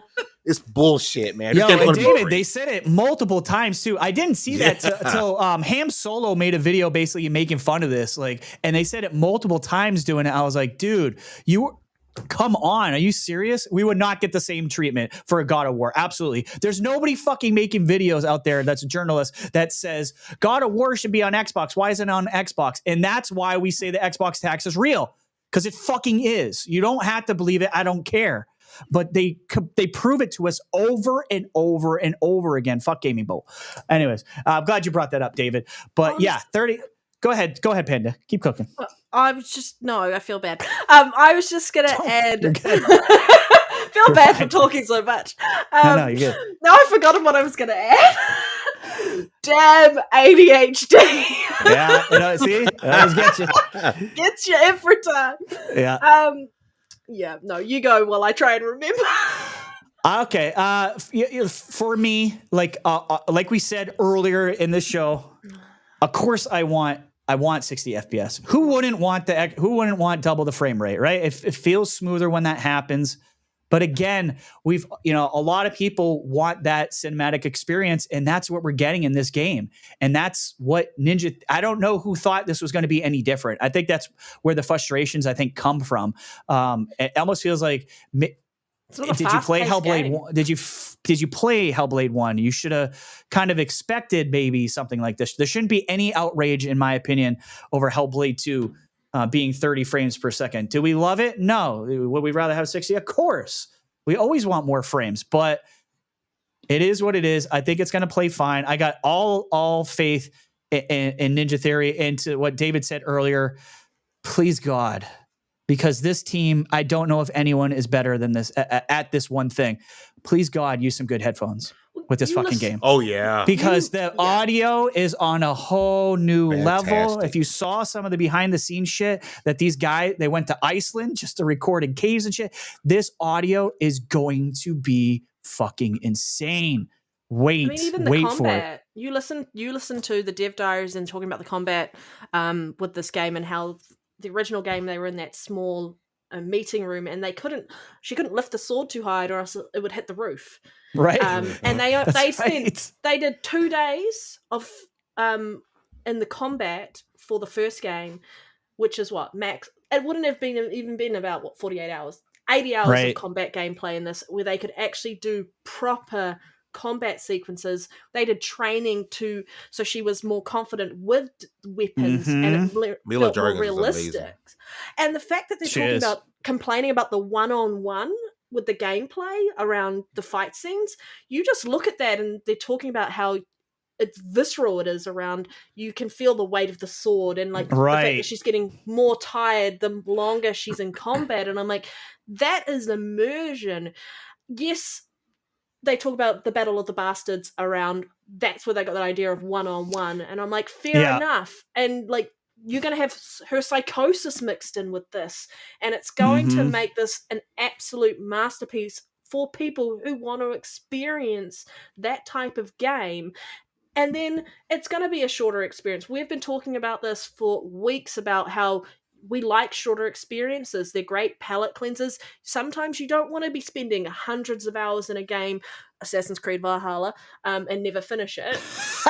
Yep, guilty. It took me 2 years to finish the story in that game. 2 fucking years. That's why when I heard the length of this, I was like, oh, thank you, baby Jesus. Thank you. I'm spending a lot of time in Dragon's Dogma. I don't want to spend another 120 hours in another game like this. Not I would every like game. a nice palette cleanse and have a shorter, tailored experience, more linear around that. And this is one of these games where I can't wait. The moment they showed the in-engine footage at the Game Awards for the announcement of this game in 2019, drop moment, everyone was like, holy shit. And even PlayStation gamers was like, oh my gosh. They're so jealous that they're not willing to admit that they want this game, other than they want it for the PS5 Pro. There's no PS5 Pro version of this. Even if they had a PS5 Pro, it's the same CPU. It wouldn't be running at 60, so you can shut your mouths. You don't know shit about technology. It's like they just can't be truthful with themselves. I'll sit here on this show and I've said, I'm interested in Stellar Blade. I am interested in Helldivers. I played Helldivers. I think it's a great fucking game. It is a great game. It's like they just can't say anything is good on the other side. And if you're listening to someone like that, you should not fucking listen to them, and you can't trust them because they're lying. They're full of shit. If you listen to a podcaster that will only even Xbox guys, I'll say it on this. If you listen to an Xbox Xbox podcast and all they fucking say is good shit about Xbox and only 100% of the time say bad shit about PlayStation, they're full of shit, bro. Sorry, not sorry. That's just the way it is. So don't trust these fucking PlayStation podcasters. Most of them aren't good. And if you want a good one, DM me. I'll send you to the guys who are not full of shit, because there's not a lot of them out there, in my opinion. They're just not truthful. It's just the way it is. Because it doesn't get them the clicks. It doesn't get them favor. Just like if I talk positive about PlayStation on this podcast, I'll have people without a doubt DMing me talking shit to me. Go fuck yourself. I don't care. It is what it is. I'm going to be truthful. I'm going to be me. But I think Hellblade being at 30 is not that big of a deal. We've played plenty of games at 30 FPS. So if this game was on PlayStation only, I would be like, fuck, I need to get me a PlayStation. Yeah. This Looking is at how those impressive visuals, those dude. visuals are. With they Halo are 5. so fucking impressive. She talks about not having to overact because of how good the system is for picking up the facial animations. Right. So in the last one, she did have to tend to do a bit more overacting for it to pick it up. And this, she doesn't. And I'm like, this game. Ninja Theory, man, they're technology experts. They are way ahead of their curve. This is a team you should absolutely be paying attention to. I'm so curious to see, outside of Project Mara, what else outside of like this, those types of games, because it's Project Mara is kind of similar to Hellblade in a way with her mental state. I want to see what else these guys could do. We will remember the reaction that Ninja Theory got acquired by Xbox in 2017, 2016, whatever day it was, whichever year it was. And everyone was just like, holy shit. PlayStation gamers were pissed off. I was like, what the fuck? I couldn't believe it myself. That was this drop the mic moment when they said that. And I was like, hell yes! I'm so excited. It's such a good studio. And you underrated, can't deny that they are such time. A good studio. Yeah, 100%. Yeah, absolutely. Yeah, there's some disingenuous people out there. I appreciate the Xbox boxer mic. It is what it is. You're gonna follow who you're gonna follow, and you're gonna believe who you're gonna believe. You drink that Kool-Aid, that's on you. Anyways, move on to the next subject. All hail Hellblade. It's going to be great. We're finally starting to get some first-party games coming out from Xbox. And the rest of the year from Hellblade on is going to be an onslaught of games. We got a lot of good games coming this year from first-party studios from Xbox. Second-party deals as well. We got so second-party deals. Absolutely. Absolutely. We they're definitely making deals. And it sounds like they are not... They're doubling down on Game Pass too. Like from all the articles we've read recently that just dropped too, it sounds like Game Pass is still a big deal to them, as it should be. So that's not going anywhere. So kudos to those guys for keeping the faith and keeping anyone who's questioning Game Pass. I don't think you should anymore. The next subject is this is, again, I might get hate for this, but whatever. KOTOR remake is alive and well, apparently, promises the Saber CEO. This is a game that meant a lot to me. It did hurt a little bit to realize that this was going to be, at the time when it came out, a PlayStation exclusive, whether it was timed or not, because I was like, Xbox, how'd you let that one slide? Saber Interactive, Saber is a very talented studio, in my opinion. But apparently, the remake of Star Wars KOTOR, Knights of the Old Republic, for you guys that don't know, is alive and well. That's a promise made to the countless fans of the game by Saber Interactive CEO Matthew Karch. He was speaking to IGN when he said this. The executive also said the studio is dedicated to making sure consumer expectations are exceeded, which likely hints at several years of development still needed. So we are not going to see this game anytime soon, like a lot of people originally thought. Indeed, Embracer Group CEO Lars recently admitted the game needed more than a year of production. So I don't know if this moves a needle for anybody. KOTOR definitely has a very special place in my memory and my heart. David, do you care about KOTOR? Do you care about this still being alive? Does it mean anything to you? Or I think if you are someone who plays on Xbox, you should be excited now. This was a massive title for Xbox back in the day, and like you said, when we heard about the remake, possibly being a thing, people automatically assume, well, it was the original, was on Xbox, it's been Xbox as well. And here was the PlayStation exclusive, heard a lot, and then you hear Jeff Grubb say, hey, Sony wants nothing to do with it anymore. Yes, thank you if for you bringing on that up, Xbox, David. be prepared to play this game, right? It's almost guaranteed now to come. If it's coming to console, it's coming to Xbox. Now, it could turn around, it might just be a PC thing, right? You never know. But if it's coming to console, you can almost bet your ass it's coming to Xbox. So as an Xbox gamer, you can be excited because you went from not having access to this game to now it's a good chance you're having access to this game. So I think you should be excited. Very good points, David. And if Jeff Grubb got it wrong, you'd be mad at him, not me and David. Oh, for sure. 100% this game was dead in the water. Yeah. I did too. Like I just like it, but it seems like Sony, it's just, it keeps pulling out of these projects. But this is Saber. Like Saber makes some really good games that I liked. World War Z, I really like that game. Evil Dead, the game, that's them. The upcoming Warhammer 40,000 Space Marine 2, which I think looks amazing. That's all Saber, guys. So I think if they can pull this off, it could be a really good game. I'm curious to see if it's like the old KOTOR, but I don't know. I'm excited. Panda, were you a KOTOR fan? I always say that wrong. I'm a Star Wars fan. I have never played KOTOR, to be honest. Yeah. I'm gonna have to take that Star Wars nerd card back from you. But that's because I wasn't really when this game came out, I wasn't really allowed to game on anything other than a Nintendo. So thanks for making me feel old. That's a good point. I didn't think of that. Hey, I was still living at home and my parents had all the money and controlled everything, and where we used to play video games, and I didn't have freedom to choose where I got to play this. I mean, I could play it now, but I don't think I don't know if it would hold up. I don't know if it would hold up. I almost don't want you to play it. I almost want you to wait till the new one comes out, because I'm not sure. And then we can talk about. You can do a comparison, and I can talk about my thoughts. Yeah. And then I'm not sort of influenced by the last game and have that. Yeah, that's where I'm kind of coming from around there. I'm excited that the thought that this is still a thing. And I'm excited that it's with Saber Interactive. I think they're a great studio. Great studio, man.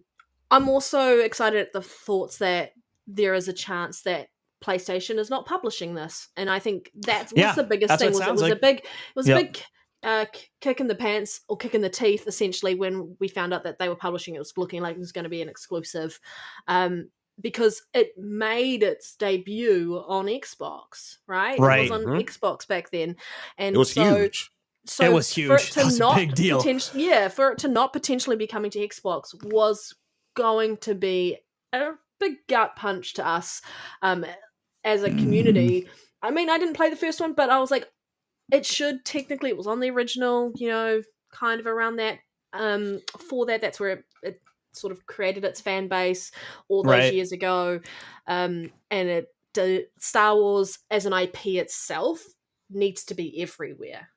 I agree. So it makes sense that it ends up everywhere. And that's the thing here, is I really hope it does come to Xbox and ends up everywhere, and then it just continues to evolve. Because KOTOR deserves as much, from my understanding around the love people have for the original game, that it deserves as much fanfare and as much eyes on it as possible. And it doesn't deserve to be sort of cut off from the rest of its community. Yeah, gated away. Yeah, absolutely. Nero, I'll run some World War Z with you, brother. I think it's a fantastic game, and it's in Game Pass. But yeah, he said, Big Matt Mo says, one of my favorite games of all time. Yeah, that's because you get good taste, Mo. Yeah, it is. It just, I don't know. Right? It was at the right time. I believe so. I think the original was BioWare. I can't remember. I think someone else did KOTOR, and then the second one was different, I think. And then all of this. Yeah, so I feel like BioWare. Yeah. Best. Yeah, BioWare. Good. Yeah. Absolutely. Good memory. Yeah, the good that was a good memory. Those were BioWare was they were kicking some ass back in the day. Baron, what's going on, brother? Says, let's go. Oh, it's my level 1 game in Compadre. What's going on, B? Yes.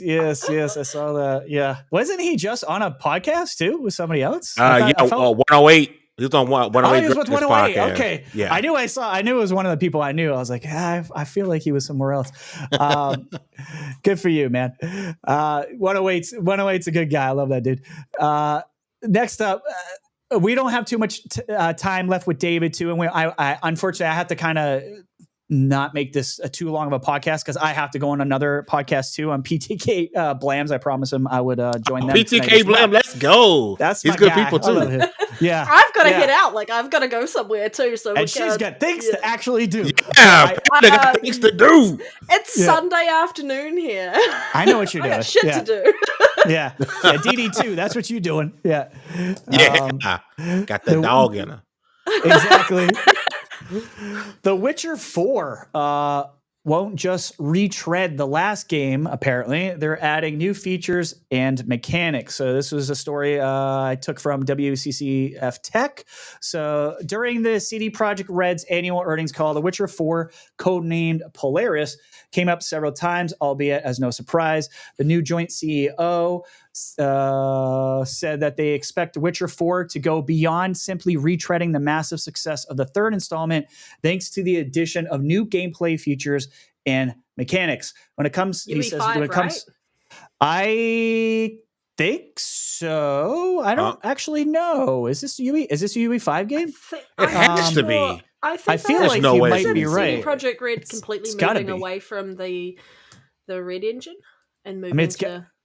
Let's see if I'm trying to see if I can scan it if it's in the story anywhere here. And if anyone in chat knows for sure, UE5. I'm not playing Dragon's Dogma 2. I gotta go drive to my sister's place. Sadly, if I could be playing Dragon's Dogma 2 after this, I would, but I can't. But you can't. Yeah. Since when it comes, it is UE5. Okay, that makes sense. So I think, look, I know UE5 gets a lot of hate. But my opinion is when you have the right developer developing on it, you get Hellblade 2. You get shit like Hellblade 2. Gear 6. Gear 6. Exactly. Yeah. You get a RoboCop. Just saying. Like you never know. It says when it comes to the risk of innovative elements, making a new game is always creative risk, especially since we're trying to push new boundaries and explore new fields. That's something we haven't actually done before. This is a pretty broad paintbrush stroke, he says, for sure, but I cannot go into too much detail without actually talking about the game per se. I guess what I'm saying is that you should not be expecting The Witcher 3 in new clothing of sorts.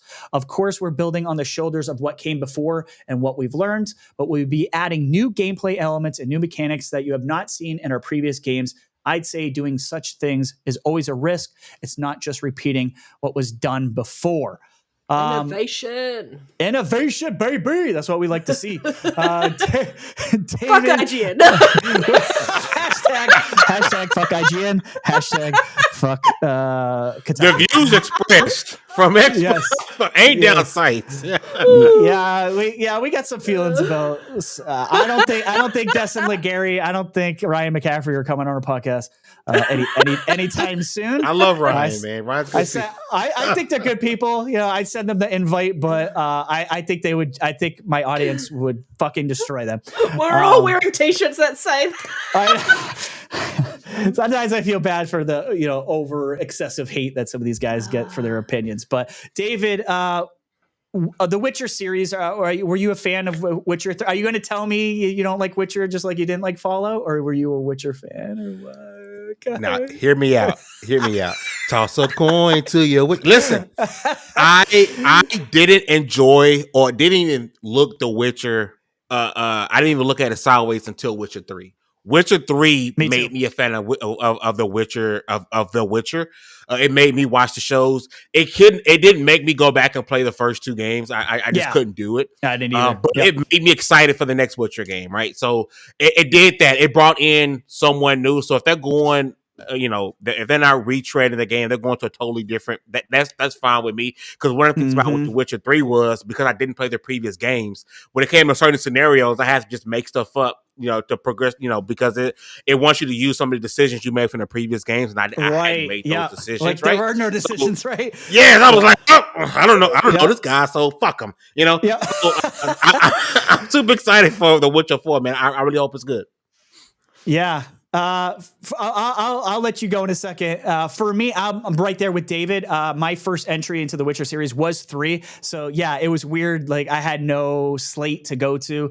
And I didn't like The Witcher when I first played it. And I had too many people coming at me, be like, how? It's like, it was like one of their favorite games of all time. And I'm like, maybe it's a me problem. It's one of those games that I finally went back to because people, I think like Umbra and like Boxenberger were telling me like, it's good. You got to give it a chance. You just don't understand the mechanics. It kind of like Dragon's Dogma 2. I didn't understand it at the beginning. I'm like, am I going to like this?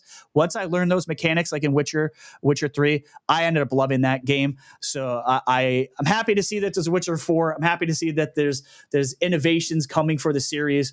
But Panda, what's your thoughts on this Witcher 4 news?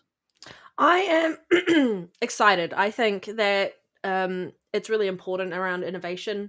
You don't want to stagnate, and we don't want just a reskin of The Witcher 3. The Witcher 3 was a fantastic game, a little bit long in the tooth for me. There was times it was pretty long. I was like, okay, I'm not going to go clear this and I'm not going to clear that anymore. I'm going to start streamlining the story and then maybe do some of the side content later. But to everyone's point around like The Witcher 1, you can't even play that game. It's so bad on PC. It's not even available on console. I'm so glad they're doing a remake of that. The Witcher 2, that was my first introduction to the series. I played a little bit of Witcher 1, but the combat on PC, I just couldn't.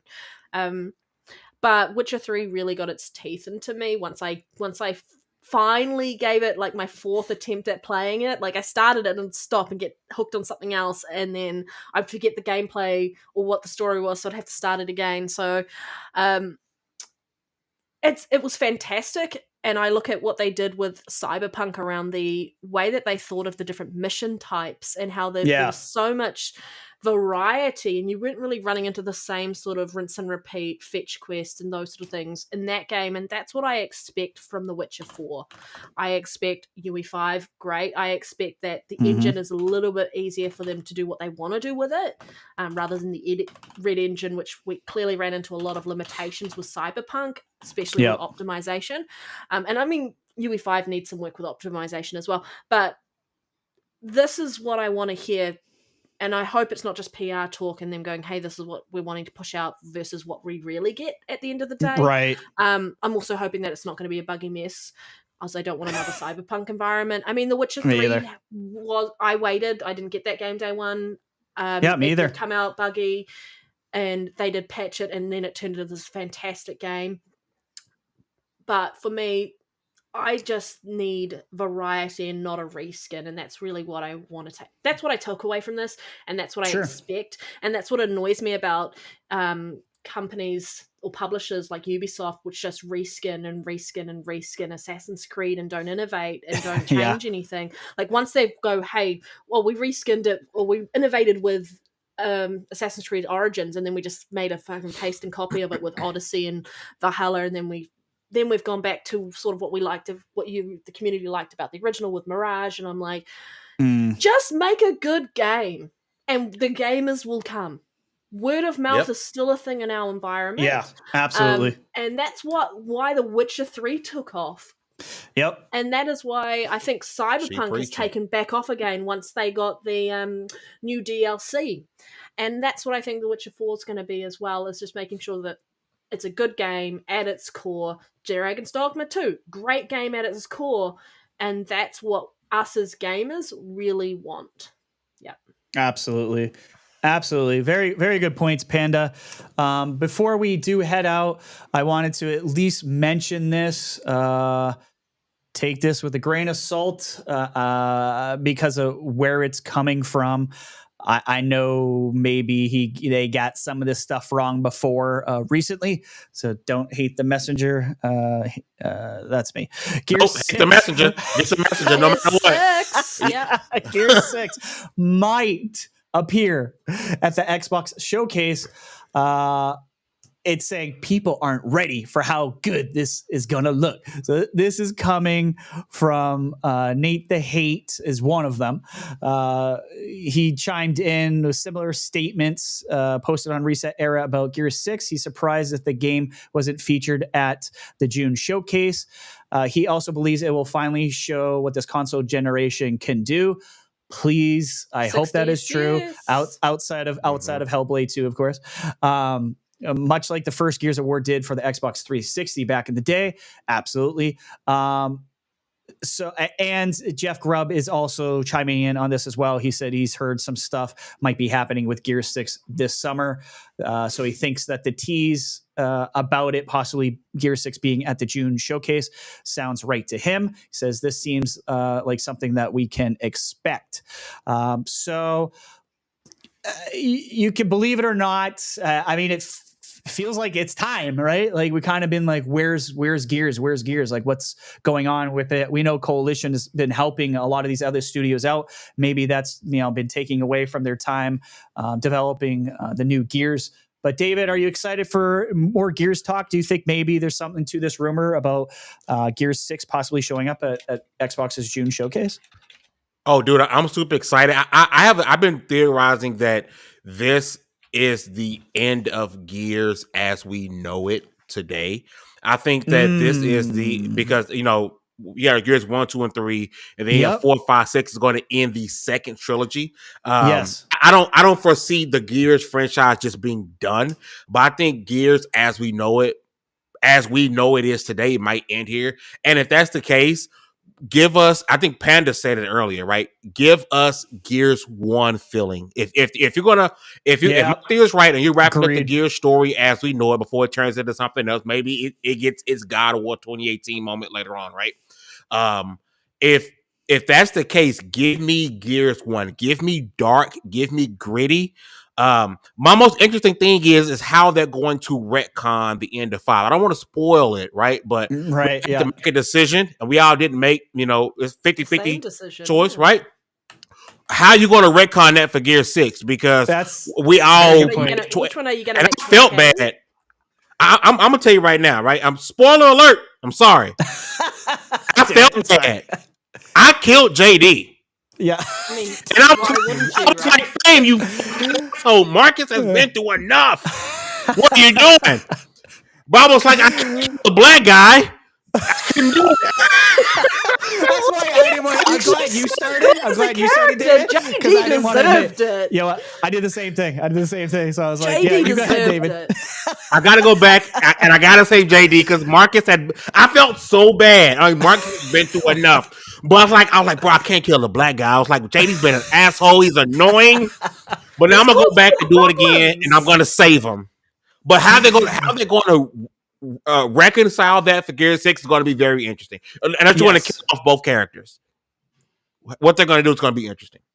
Yeah, it's Nero was saying don't forget to let people know we are on Spotify now. I'll put this episode up probably tomorrow because I'll be busy on a podcast tonight. But yeah, if you guys want to click on the link, if you want to listen to the show on Spotify, you can absolutely do so. The link is in the chat right now. So that's the thing now. Toolman says Gears of War 1 through 3 are superb. Those are my favorites too. Like I agree with Panda. Like I want that old Gears of War feeling back in this new one. I feel like it, like most games, once you start getting 3, 4, 5, and you're making like all these games, like I feel like a lot of games kind of lose that original feeling to it, and it's hard to maybe recapture that. But go ahead, Panda. You've got a game like that where you're running through and you're like, his wife gets taken, and you spend the whole time trying to go find out where she's taken. Then you get there and it's too late. Sorry, spoiler if you haven't played the first two. But I'm trying to keep it as unspoiler as possible and generic as possible. But that moment where you see his reaction to that, and then what he does in number 3 when he sacrifices himself, Like, you need that, and that isn't what's in the new trilogy at this point, and that's what they're missing, and that's what I feel like Gears 6 needs, is they really need to hit you in the feels. Mass Effect does the same thing around hitting you in the feels. Like, your crew gets taken, and if you take too long to get to them, some of them are dead. Or you invest and you don't do the loyalty missions, and there's a chance that those people could die. And so you want a game that you feel invested in, you care about, and there's impact, and then there's cause and effect, and all of this, and you aren't getting that from the Gears 4 and Gears 5. I see what they're trying to do. Yep.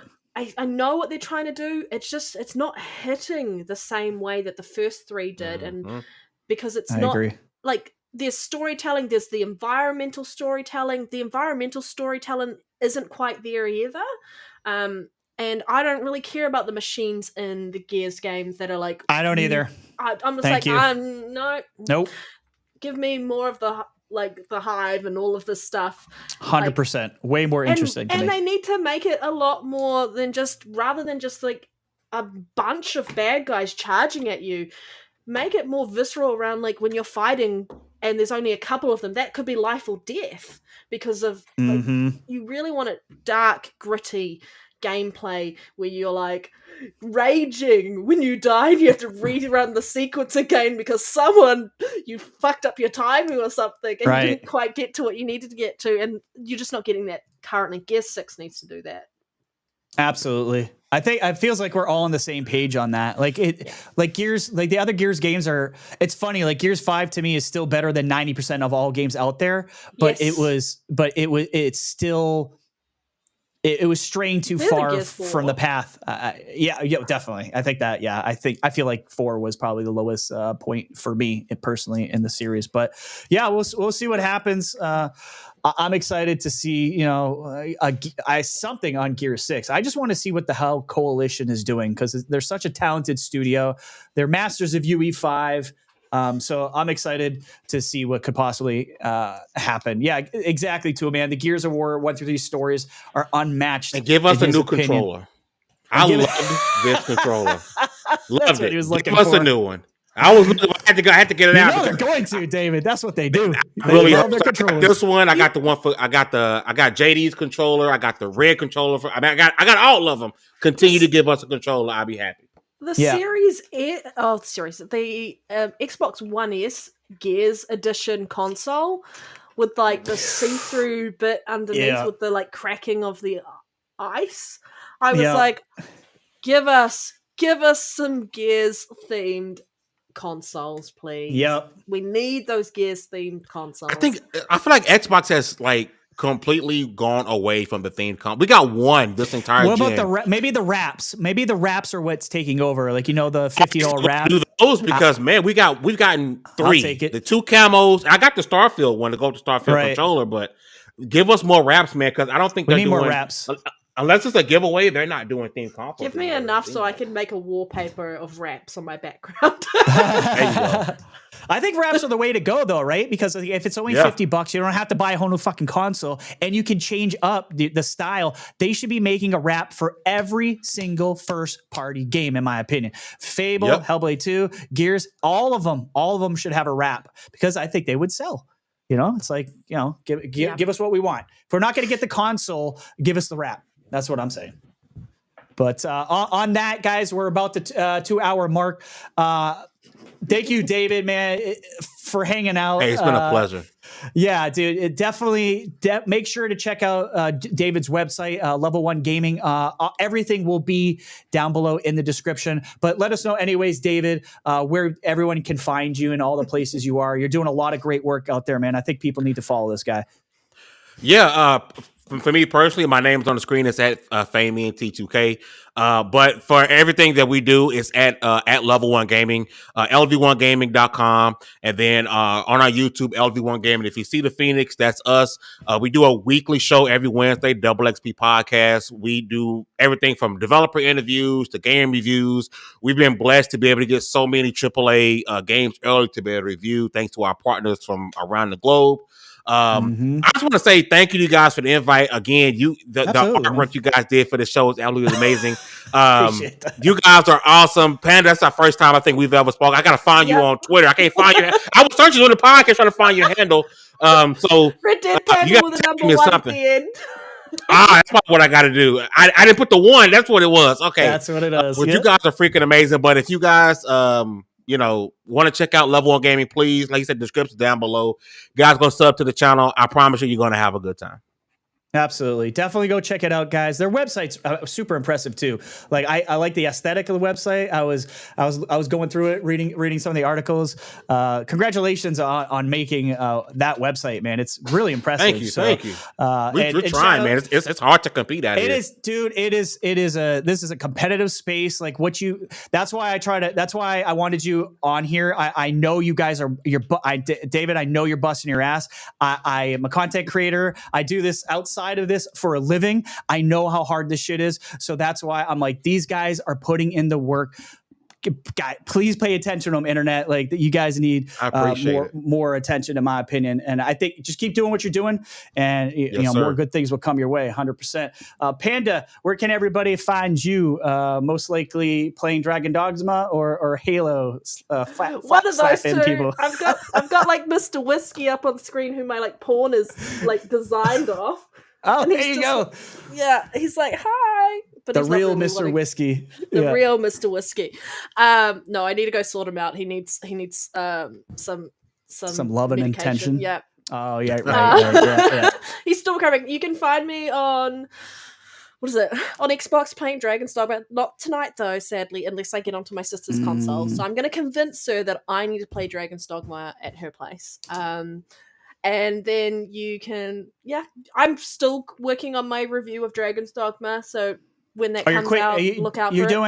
Are you still doing the quick tips video for dummies like me? I've got a list. I was like, Umbra, I should just send you this draft copy of it because he's just got the game. He should. He needs all the help he can get. Shout out to you, Umbra. Appreciate everyone coming out tonight. Obviously, you guys can find me tomorrow again with Dave on the Gamers Council. We'll be chopping it up with C Money and Doodle, some of our favorite people in the podcast community. It's going to be a blast. We're going to be talking about a lot of the same subjects that we talked about tonight, because I'm the guy who produces the show. So I didn't want to make a whole brand new show. So that's how it's going to be. But you'll get their opinions. They're very opinionated people. I think you guys will definitely love tomorrow's show as well. And make sure to visit us, guys, every Saturday here on the Aim Down Sights podcast. I think Next Gen Nero will be with us next weekend, right, Nero? Yeah, if you're still here. I appreciate you guys coming out. Chat was very lively tonight, as usual. I love you guys. Peace out. We'll see you on the next episode. Later, guys. Bye.